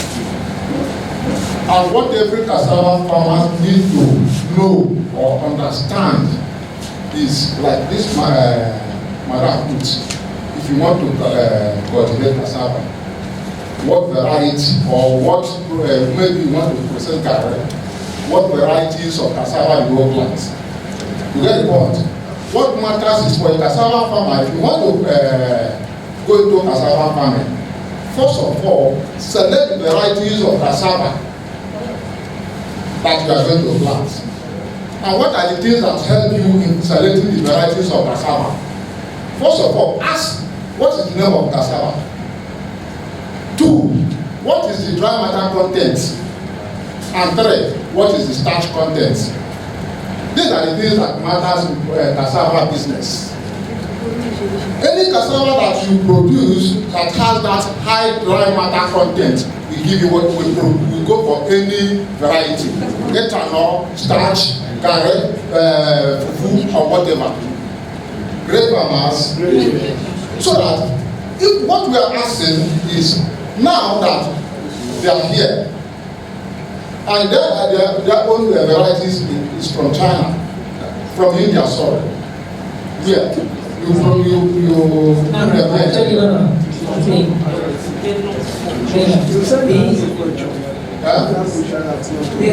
variety we are using is from IATA Vivadan development. One thing I want to explain in short terms the things whatever we are showing and explaining, you have to go for little bit larger land mass. And why I am telling you this, in smaller land mass, if you are spending more, the yield has to surpass the expenses. Do you understand what I am saying? So that is one thing you have to know. So we can do any support, but every mechanization, every materials, everything comes under one cost, because everything is a group gathered process. Someone has to transfer the tractor from one place to another place, fuel, transportation charges. Someone has to service that. Someone has to put oil, engine oil, another oil, brake oil. So everything comes under cost. So how you can plan? You can go for other step. You can take risk. You can buy land, go for banking, go for loan. But that category, like he explained, you can make a society, community, farmers, and when you started, even nearby you are having 5 acres, she is having 10 hectares, someone is having 12 acres. So altogether if you put it, it will be like 20 hectares, 50 hectares. So for 50 hectares, if you are bringing the material from one place to another place, it will get divided by every, as per the land mass. So that is how you work the plan. So it should not be like, okay, showing everything and creating thirst and greed. It's not like that. So think, plan, any guidance you need, so you can give the support, and you can contact us anytime through through the AQA. Thank you so much. Thank you very much. Thank you very much. So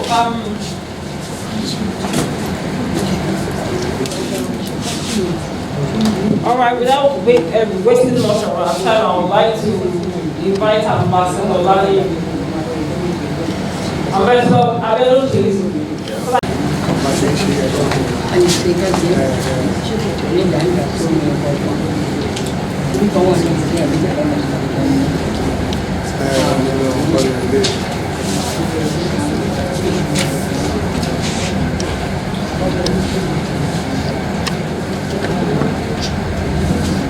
All right, we're going to move to agricultural marketing, commodity brokerage, export, finance, and investment. So I'd like to invite our panelists. The panelists are from your brother, just provide Mr. Akintunde Kolonta. Mr. Akintunde Kolonta, are you here? Okay.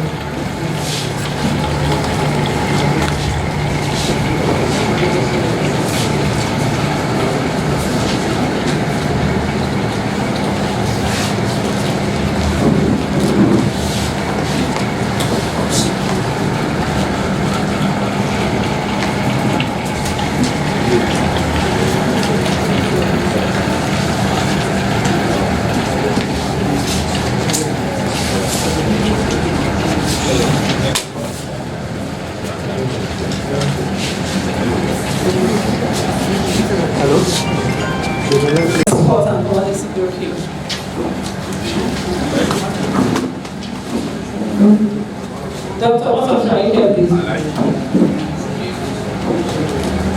His representative. Okay. Ms. Ojolakwe Kolawole, technical advisor. There is it. Are you here? Okay.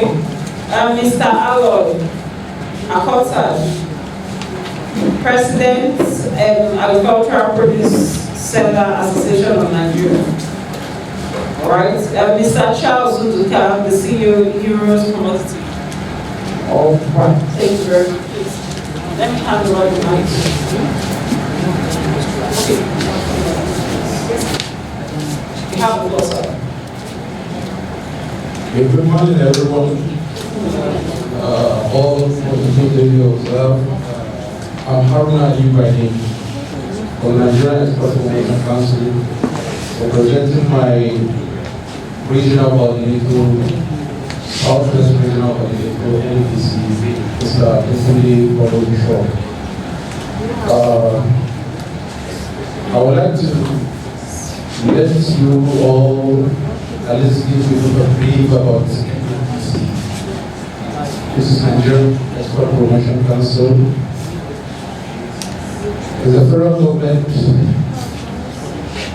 agency, affecting institution for promoting and development and diversification of export trade, especially through Nigeria Export Promotion Decree 26 of 1976, and was formally inaugurated in March 1977. The vision of NEPC is to spearhead the diversification of the Nigerian economy by expanding and increasing non-oil export for sustainable and inclusive economic growth.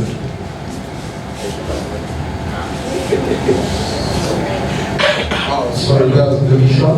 The vision is to give the world a marketplace for Nigerian non-oil products. I would like us to look at the topic of discussion today is about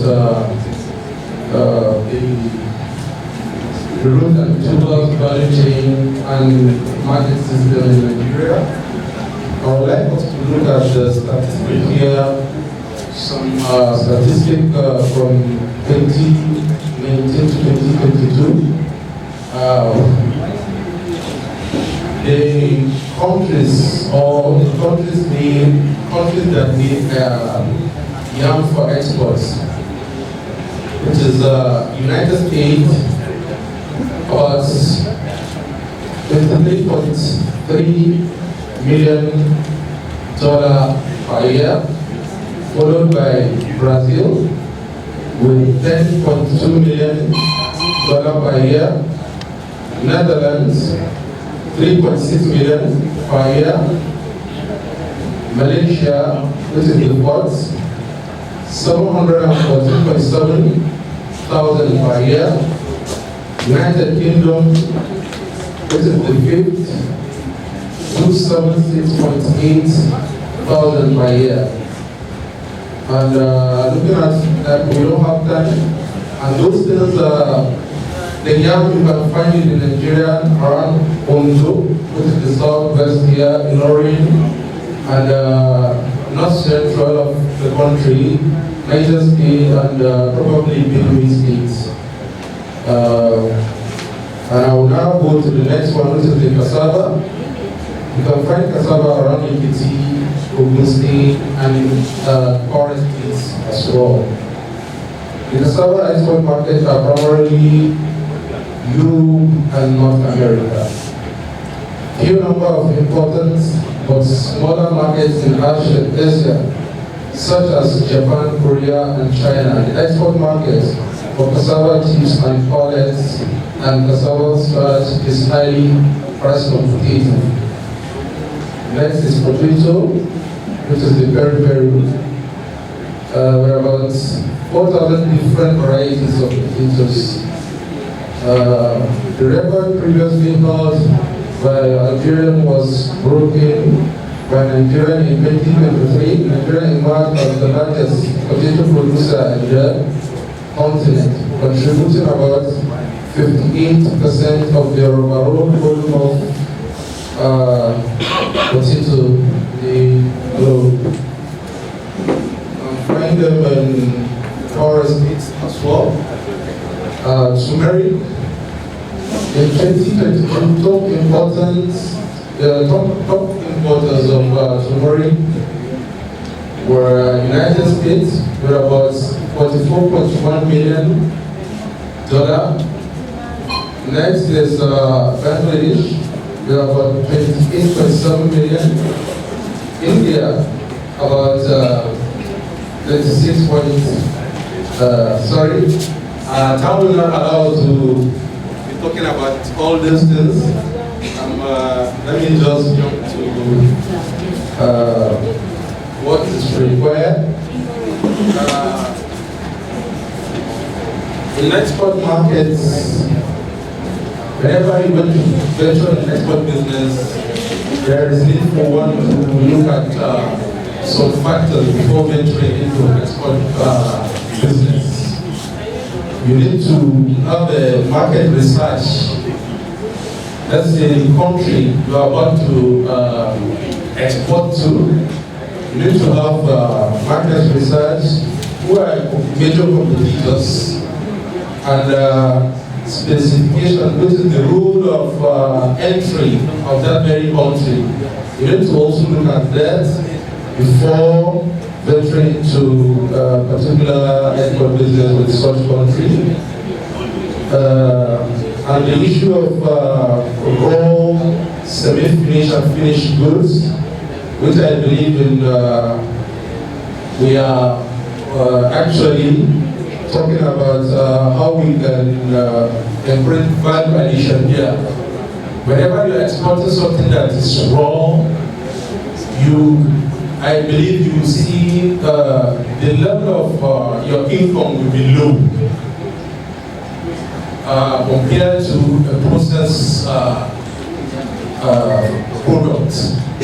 Once you put or you process a particular product, you have added a value, and definitely it will generate more income for you as well. And it's something that you, with the economic hardship, with the epileptic nature of the global economy, starting with the both political and economic upheavals,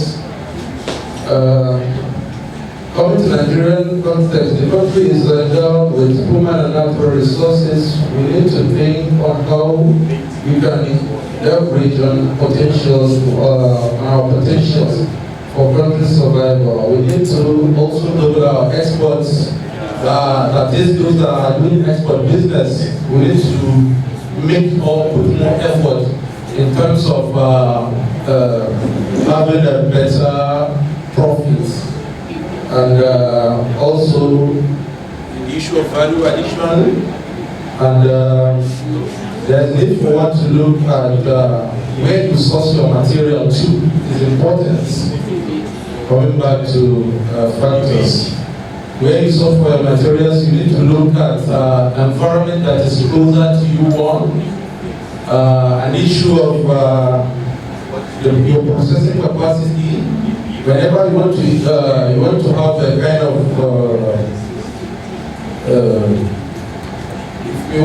a kind of sorry, let me just go to the next. More processing capacity.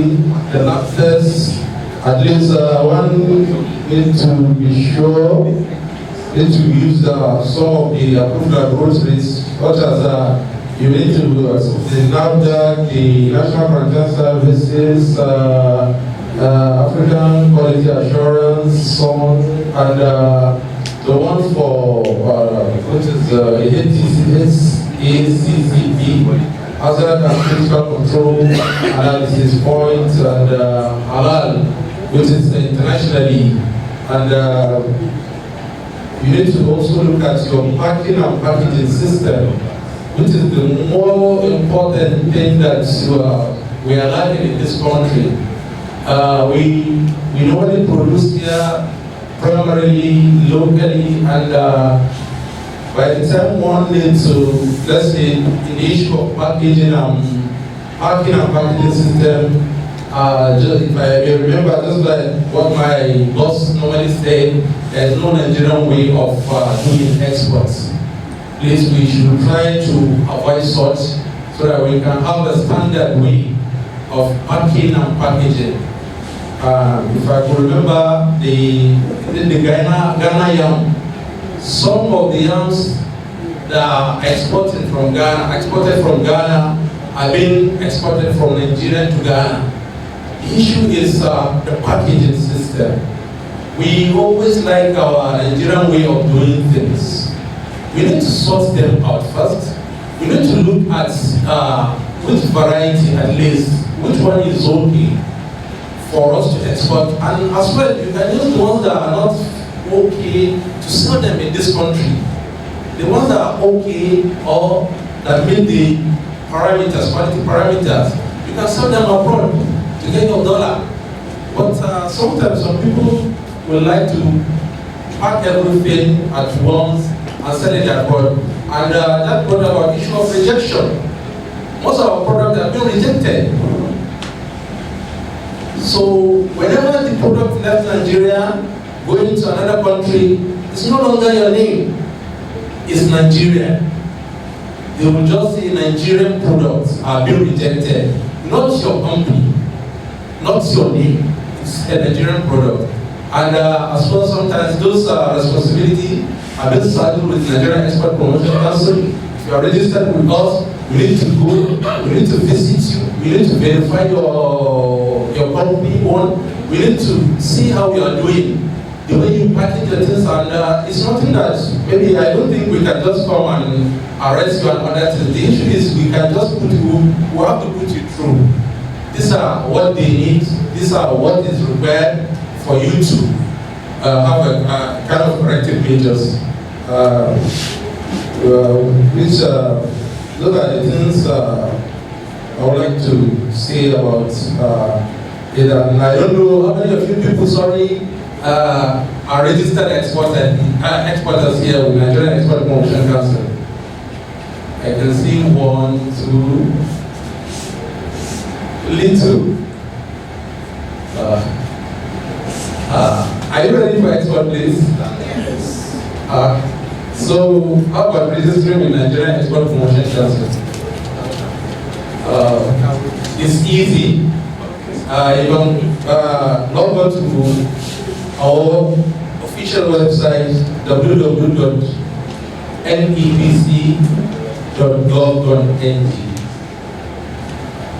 www.nepc.gov.ng.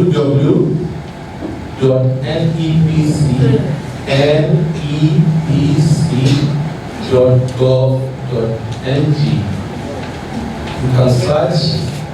You can see our certificate is pocket friendly, just about 13,500 naira, it's not much. And a grace period of 2 years will be given from the initial registration. Then the subsequent one will be yearly basis. So thank you. Thank you very much, sir.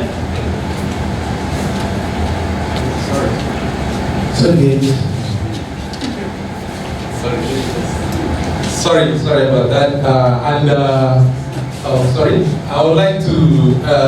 We still have some export. Whenever you want to export, there's export financing and other things, which I believe the bankers are here. Please, you explain more. Thank you. Thank you very much, sir. So I expect that after this session, there will be questions you want to ask them. I'm only going to give them 3 slots for questions, so we can walk around. Great farmers, no farmer, no nation. I want to stand on the existing protocol, and I want to thank you all for inviting me here to come and be part of the discussion here today on how to scale up the root and tuber crop value chain in Nigeria. Okay, so today is a special day for me. Today is my birthday. Wow! And I told Abdasabani that I would come, but I will not spend too much time. But I'm here, so I will give all the time that I can give before I take my leave. Okay, thank you very much. So we're talking about how to scale up root and tuber value chain in Nigeria. The financing options, prospects, challenges, and the future. I'm sitting here today, and I can tell you that all the major root and tuber crops, cassava, yam, potato, ginger, and turmeric, even carrots, they are all high potential commodities that can attract financing if properly done. Now, the only challenge, or let me say the major challenge for this value chain is the perishability of the crops.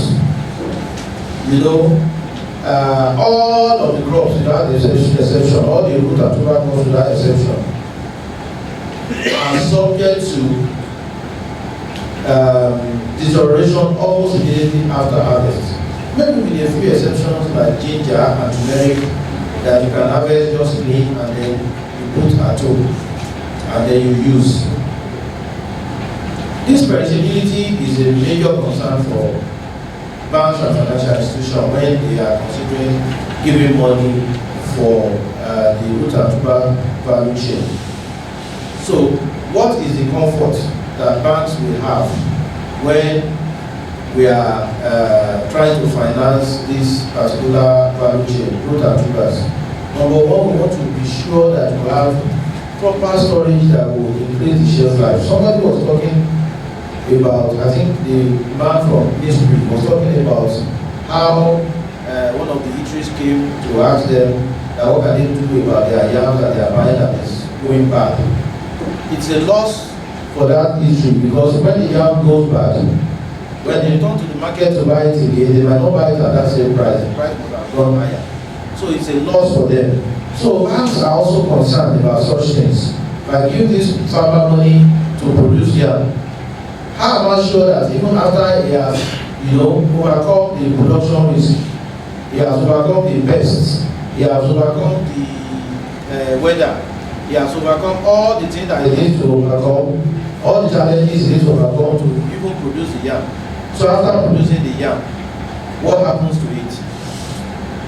Can it sell immediately after production? Of course, no. It takes some time before you can sell. Even if you are producing 10 tubers of yam, you may not be able to sell everything in one day. And the longer it stays, the more loss, the more potential loss in terms of deterioration in value and in terms of quantity and quality that you have. So, if this concern can be overcome, whether through proper storage and Postharvest technology or other processes of Postharvest handling, like cleaning, drying, and all other minor processing that can prolong the shelf life, then you should be able to attract financing.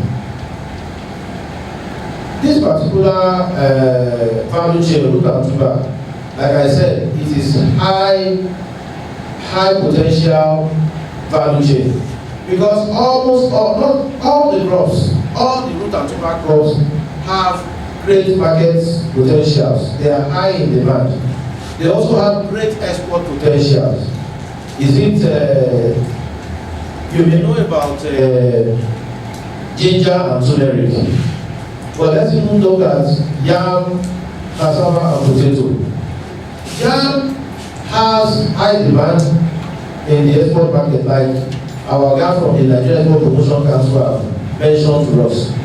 Do you know how many Nigerians or Africans, especially West Africans, that have gone to US, Europe, United Kingdom, and all these other developed countries?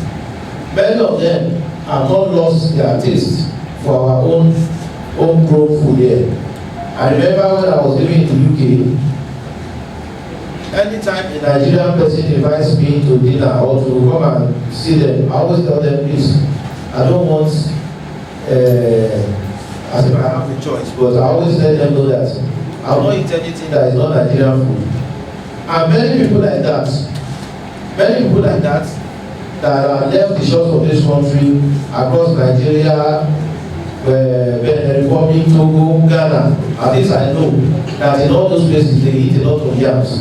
So when they are abroad too, they also want to eat yams. Aside from the fact that we understand that yam people have some medicinal applications in some of these countries. So the export potential is there. So anything that has such potential, banks will be interested. Because it means when we finance you, you bring in the foreign exchange. And banks also need foreign exchange to finance the importers of other commodities into Nigeria. So it's attractive for bank financing. Let's talk about potato. Yellow fresh potato. I have a friend in the UK, in Nigeria, that we went to school together. He's working with one of the biggest supplier of African food in the UK. He was asking me that how can they get potato? I said, this thing is plenty, but what he said was that the potato they are looking for is the purple one. And I asked him why. He said that purple potato is not just for eating, that they use it to produce noodles. You know that the noodles, these Indomie noodles, some of these noodles that you eat, they are made from potato starch. They are not all made from grains. Many of them are made from potato. So even potato has high export demand, not just for direct food consumption, but conversion into other food products. Not to even talk of cassava. I did my MSc research on the market for cassava in Europe. What I found was mind-boggling. However, there seems to be some conspiracy against Africa in that market. They get all their cassava, they call it tapioca, from Thailand. But Thailand cannot even produce 1/4 of what we can produce here. And we even sell it to them cheaper than they can get from Thailand. So that market potential remains there, even in Europe, not to talk of America for cassava. And then we all know that cassava also has medicinal application. Cassava starch is used as binding agent for the tablets that we are consuming and for other medical applications. So your particular sub-segment of the agricultural value chain is high potential. It's not something that anybody should shove aside. The export earnings that Nigeria is thinking they want to make from cocoa, they can make it from the root and tuber value chain. And I'm telling you that because once that potential is there, once that opportunity is there for you to earn so much in terms of local and foreign earnings, banks will definitely be interested.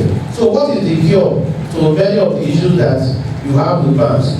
Ordinarily, banks do not want to finance smallholder root and tuber producers because, like somebody said, the economies of scale, like when he was presenting, he said your production costs, well, you must be careful of your production costs so that when you take it to market, what you are going to sell, there will be still some margins. Because if you are not careful, you produce, you incur so much cost, and then when you are selling, because it's perishable, you are at the mercy of the buyers. You just want to sell it off. Whereas what you are carrying should attract more money than that. So what is the cure? When we see that you have some light primary processing units on your farm, or maybe as a cooperative group, you have something that you can quickly use to process those perishable and tuber crops into something that can have increased shelf life, you definitely know that banks will be interested to support you in them.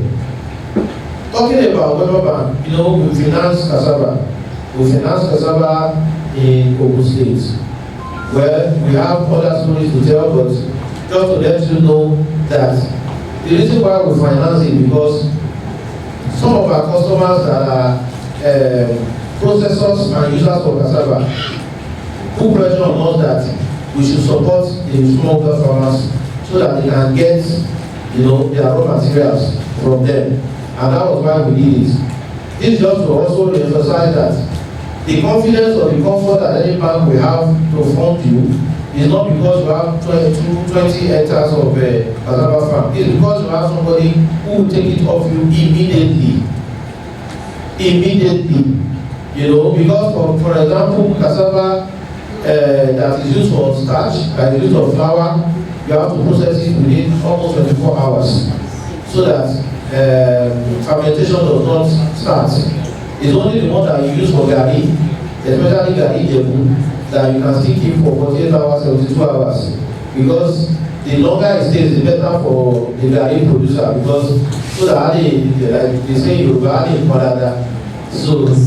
that you can have that tangy, sour taste that we like in this part of the country. So I will submit by saying that the future prospect of getting finance by the root and tuber value chain is very bright.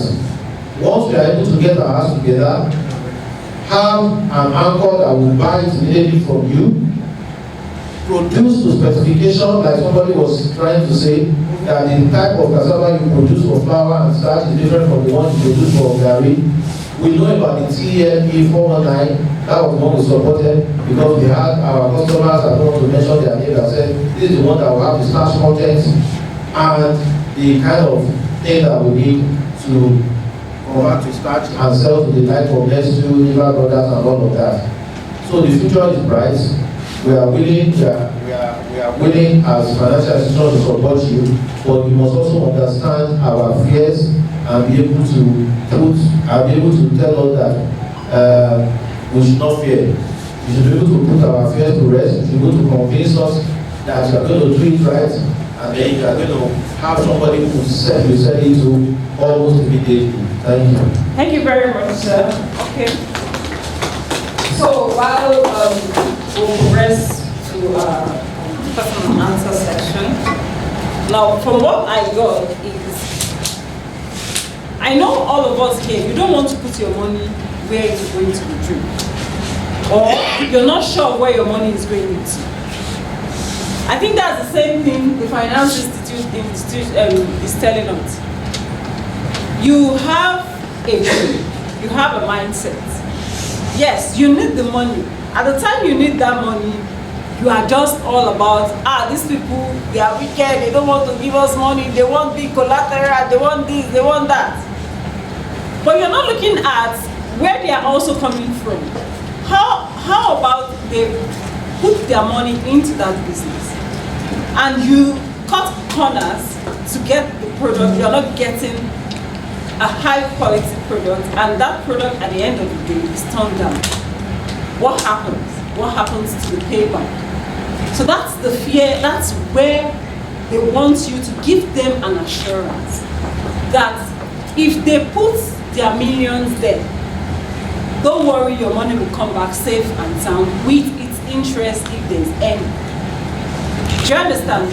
So if you have, you're laughing, of course, yeah.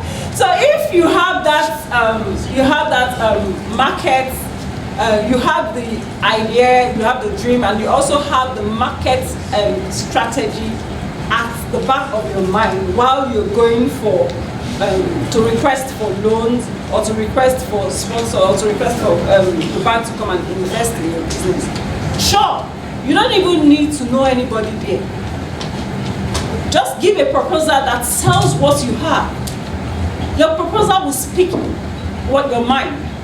Give a very well-prepared proposal, and it will deliver what you want. So once they are convinced, sure, they will invite you. You come on the round table, you get what you want, and you give them what they want, and everybody smiles.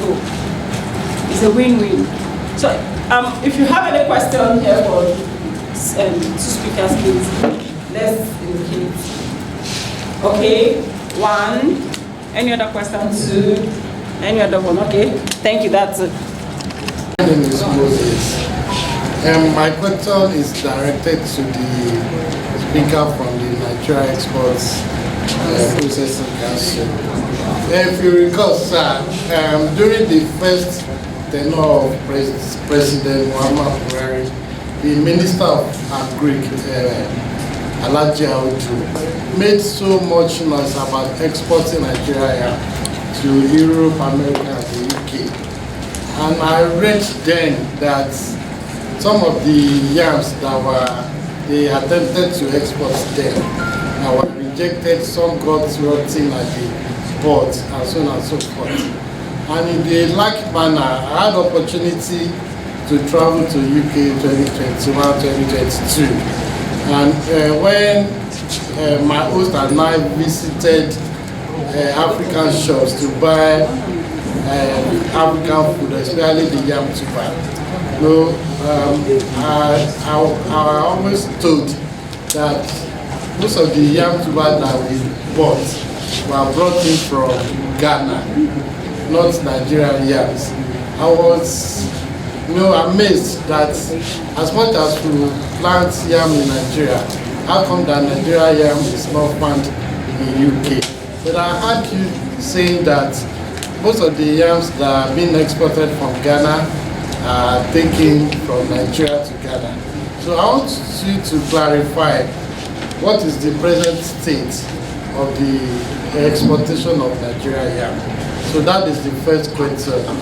The second one is under your agency, is there opportunity for a forum for training to be exposed to the standards of what will be exported and opportunities, even maybe for the markets that are available abroad. So that at that forum that one can register, so that whereby one can be trained and exposed to the opportunities available at your agency. So those are the two questions. Thank you very much. Yes, sorry. Those yam exported, most of the yams are exported through the land borders, which are actually, most of them are not registered with the Nigeria Export Promotion Council. We don't have any, some of the statistics data that the number of yam that are moving, but they are moving from land borders, Nigeria, going to Ghana. And the issue is a proper packaging, the way the package those yams, they are accepted internationally.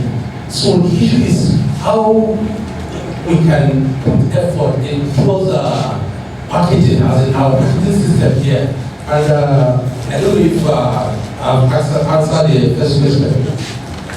Am I okay?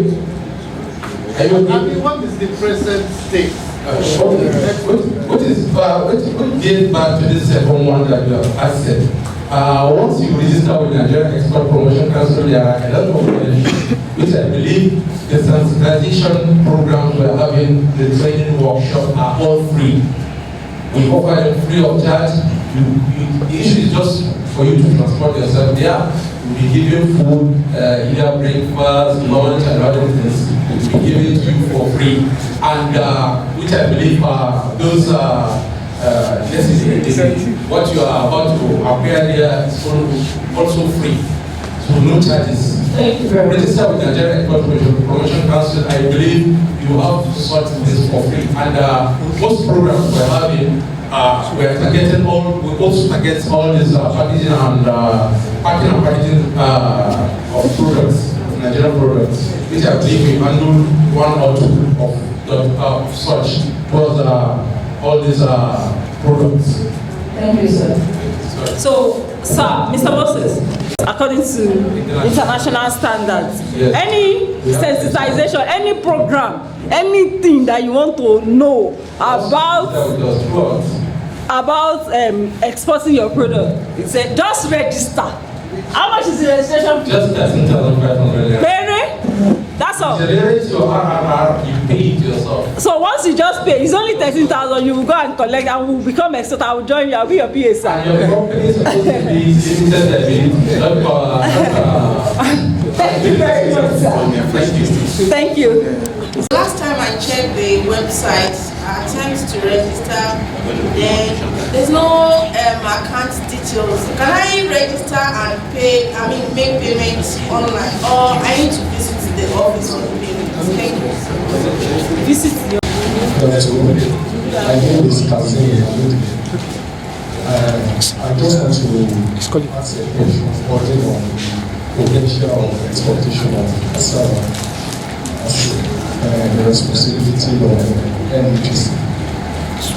Cassava chips specifically has a lot of export potential, but without working much on the price, not competitive of our own price with the international, the global price. One of the other major limitations that is also experienced from exporting cassava chips from Nigeria and especially to Asia, China, are the certifications which are required. The GACC certificate, the AQSIQ certificate. And you find out that instead of our people exporting through Nigeria, a lot of these cassava chips are being moved through Ghana and they are exporting from that side. I just want to ask if there is any assistance one can get through Nigeria Export Promotion Council in accessing some of these certificates. Thank you. You know that now, register. Is that not so now? Yes. Profile is about. Yes, I'll give you our inquiry site where you inquire and maybe possibly one-on-one more. Yes. I believe it will be sorted. Yeah. And Oga is almost the same. Please do this with any reason. There are a lot of benefits. This packaging that you are seeing is one of the critical or one of the major problems we're having in this country. Sincerely. What I'm saying he's not talking about packaging. What he's saying is instead of exporters going through another country to export those their products, your organization have an assistance whereby you don't have to go through other countries. Okay. That means you can export something.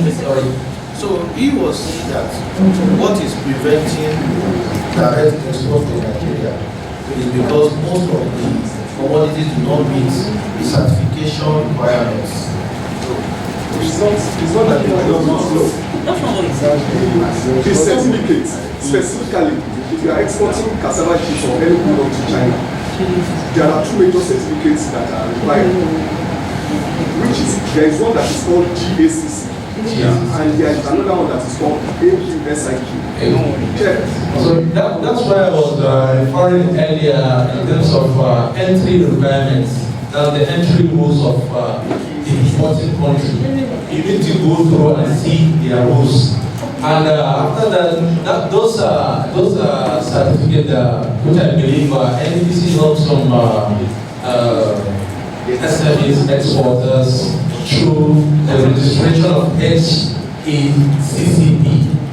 And I believe once you register with us, you'll be on the platform. You'll be free to ask your questions there, and we will note it at the end of the day if there is need, and we'll see your products, we'll verify you. We normally visit your facility one for verification, and then it's export readiness assessment, which will normally go around visit the SMEs and the exporters to see how they are doing. Are they export ready? There are certain questions, there are certain standards that we want to see ourselves before noting you down. And at the end of the day, the recommendation given by the officer would be kind of at your own advantage. We will likely register you in some people that will normally give some certain. We have some grants. Let me see. We have we normally sorry. Okay. We just see one on one. Sorry. Thank you very much. Thank you very much. We are going to go up.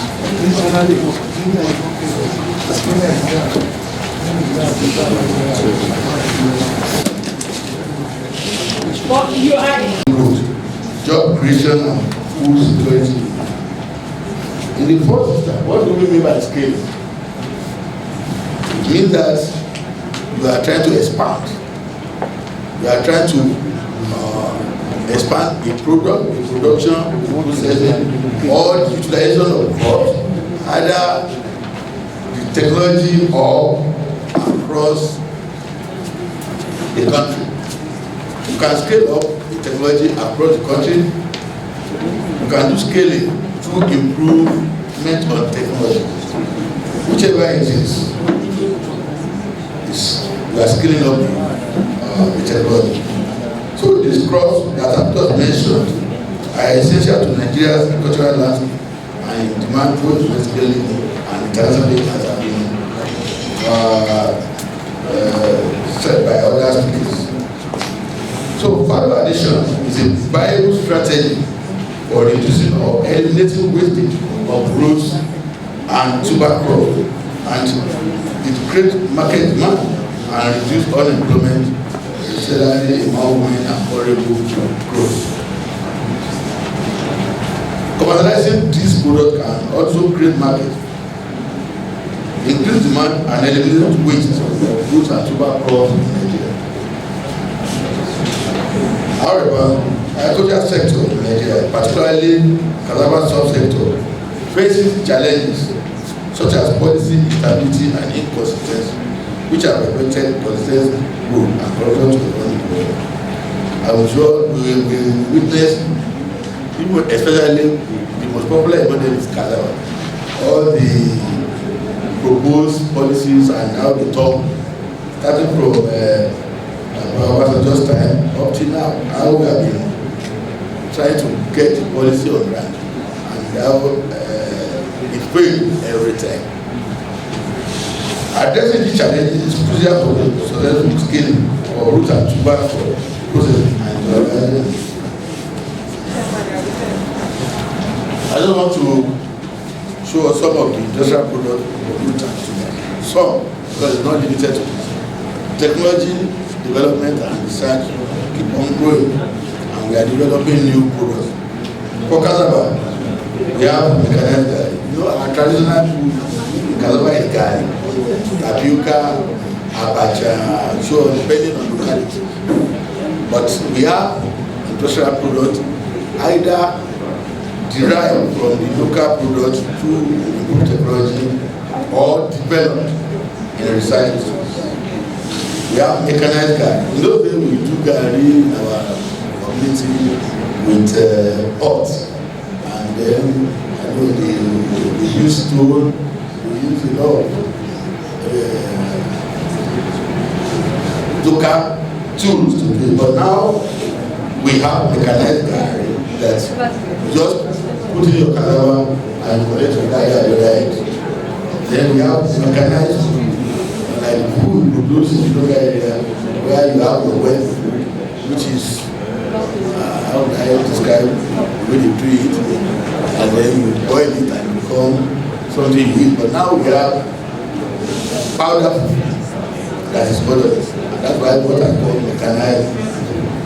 And then we have starch. In the local area, we do starch from cassava, from maize, that we use for our, I remember when I was in primary school, that we use for our clothes. We buy it in the local market. But now, you can have starch powder, and even starch powder that we produce can still be modified. And that's what we call liquid starch and so on, which we use in the house.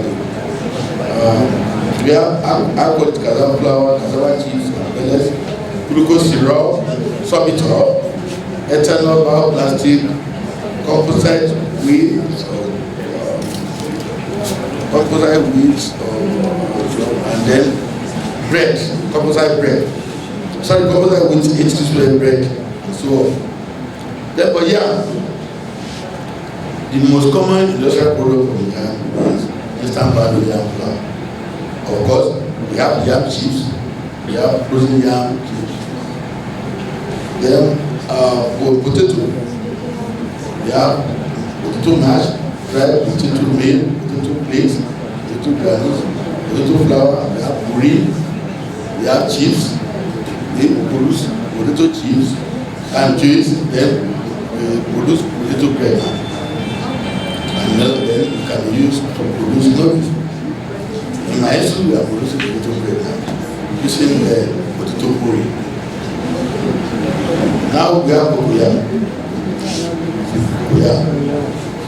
When you move around Lagos now, or maybe outside Lagos, you will see cocoyam chips. And people are now frying, and we are eating. But not naturally. Cocoyam in my village is boiled, or you roast, and you eat boiled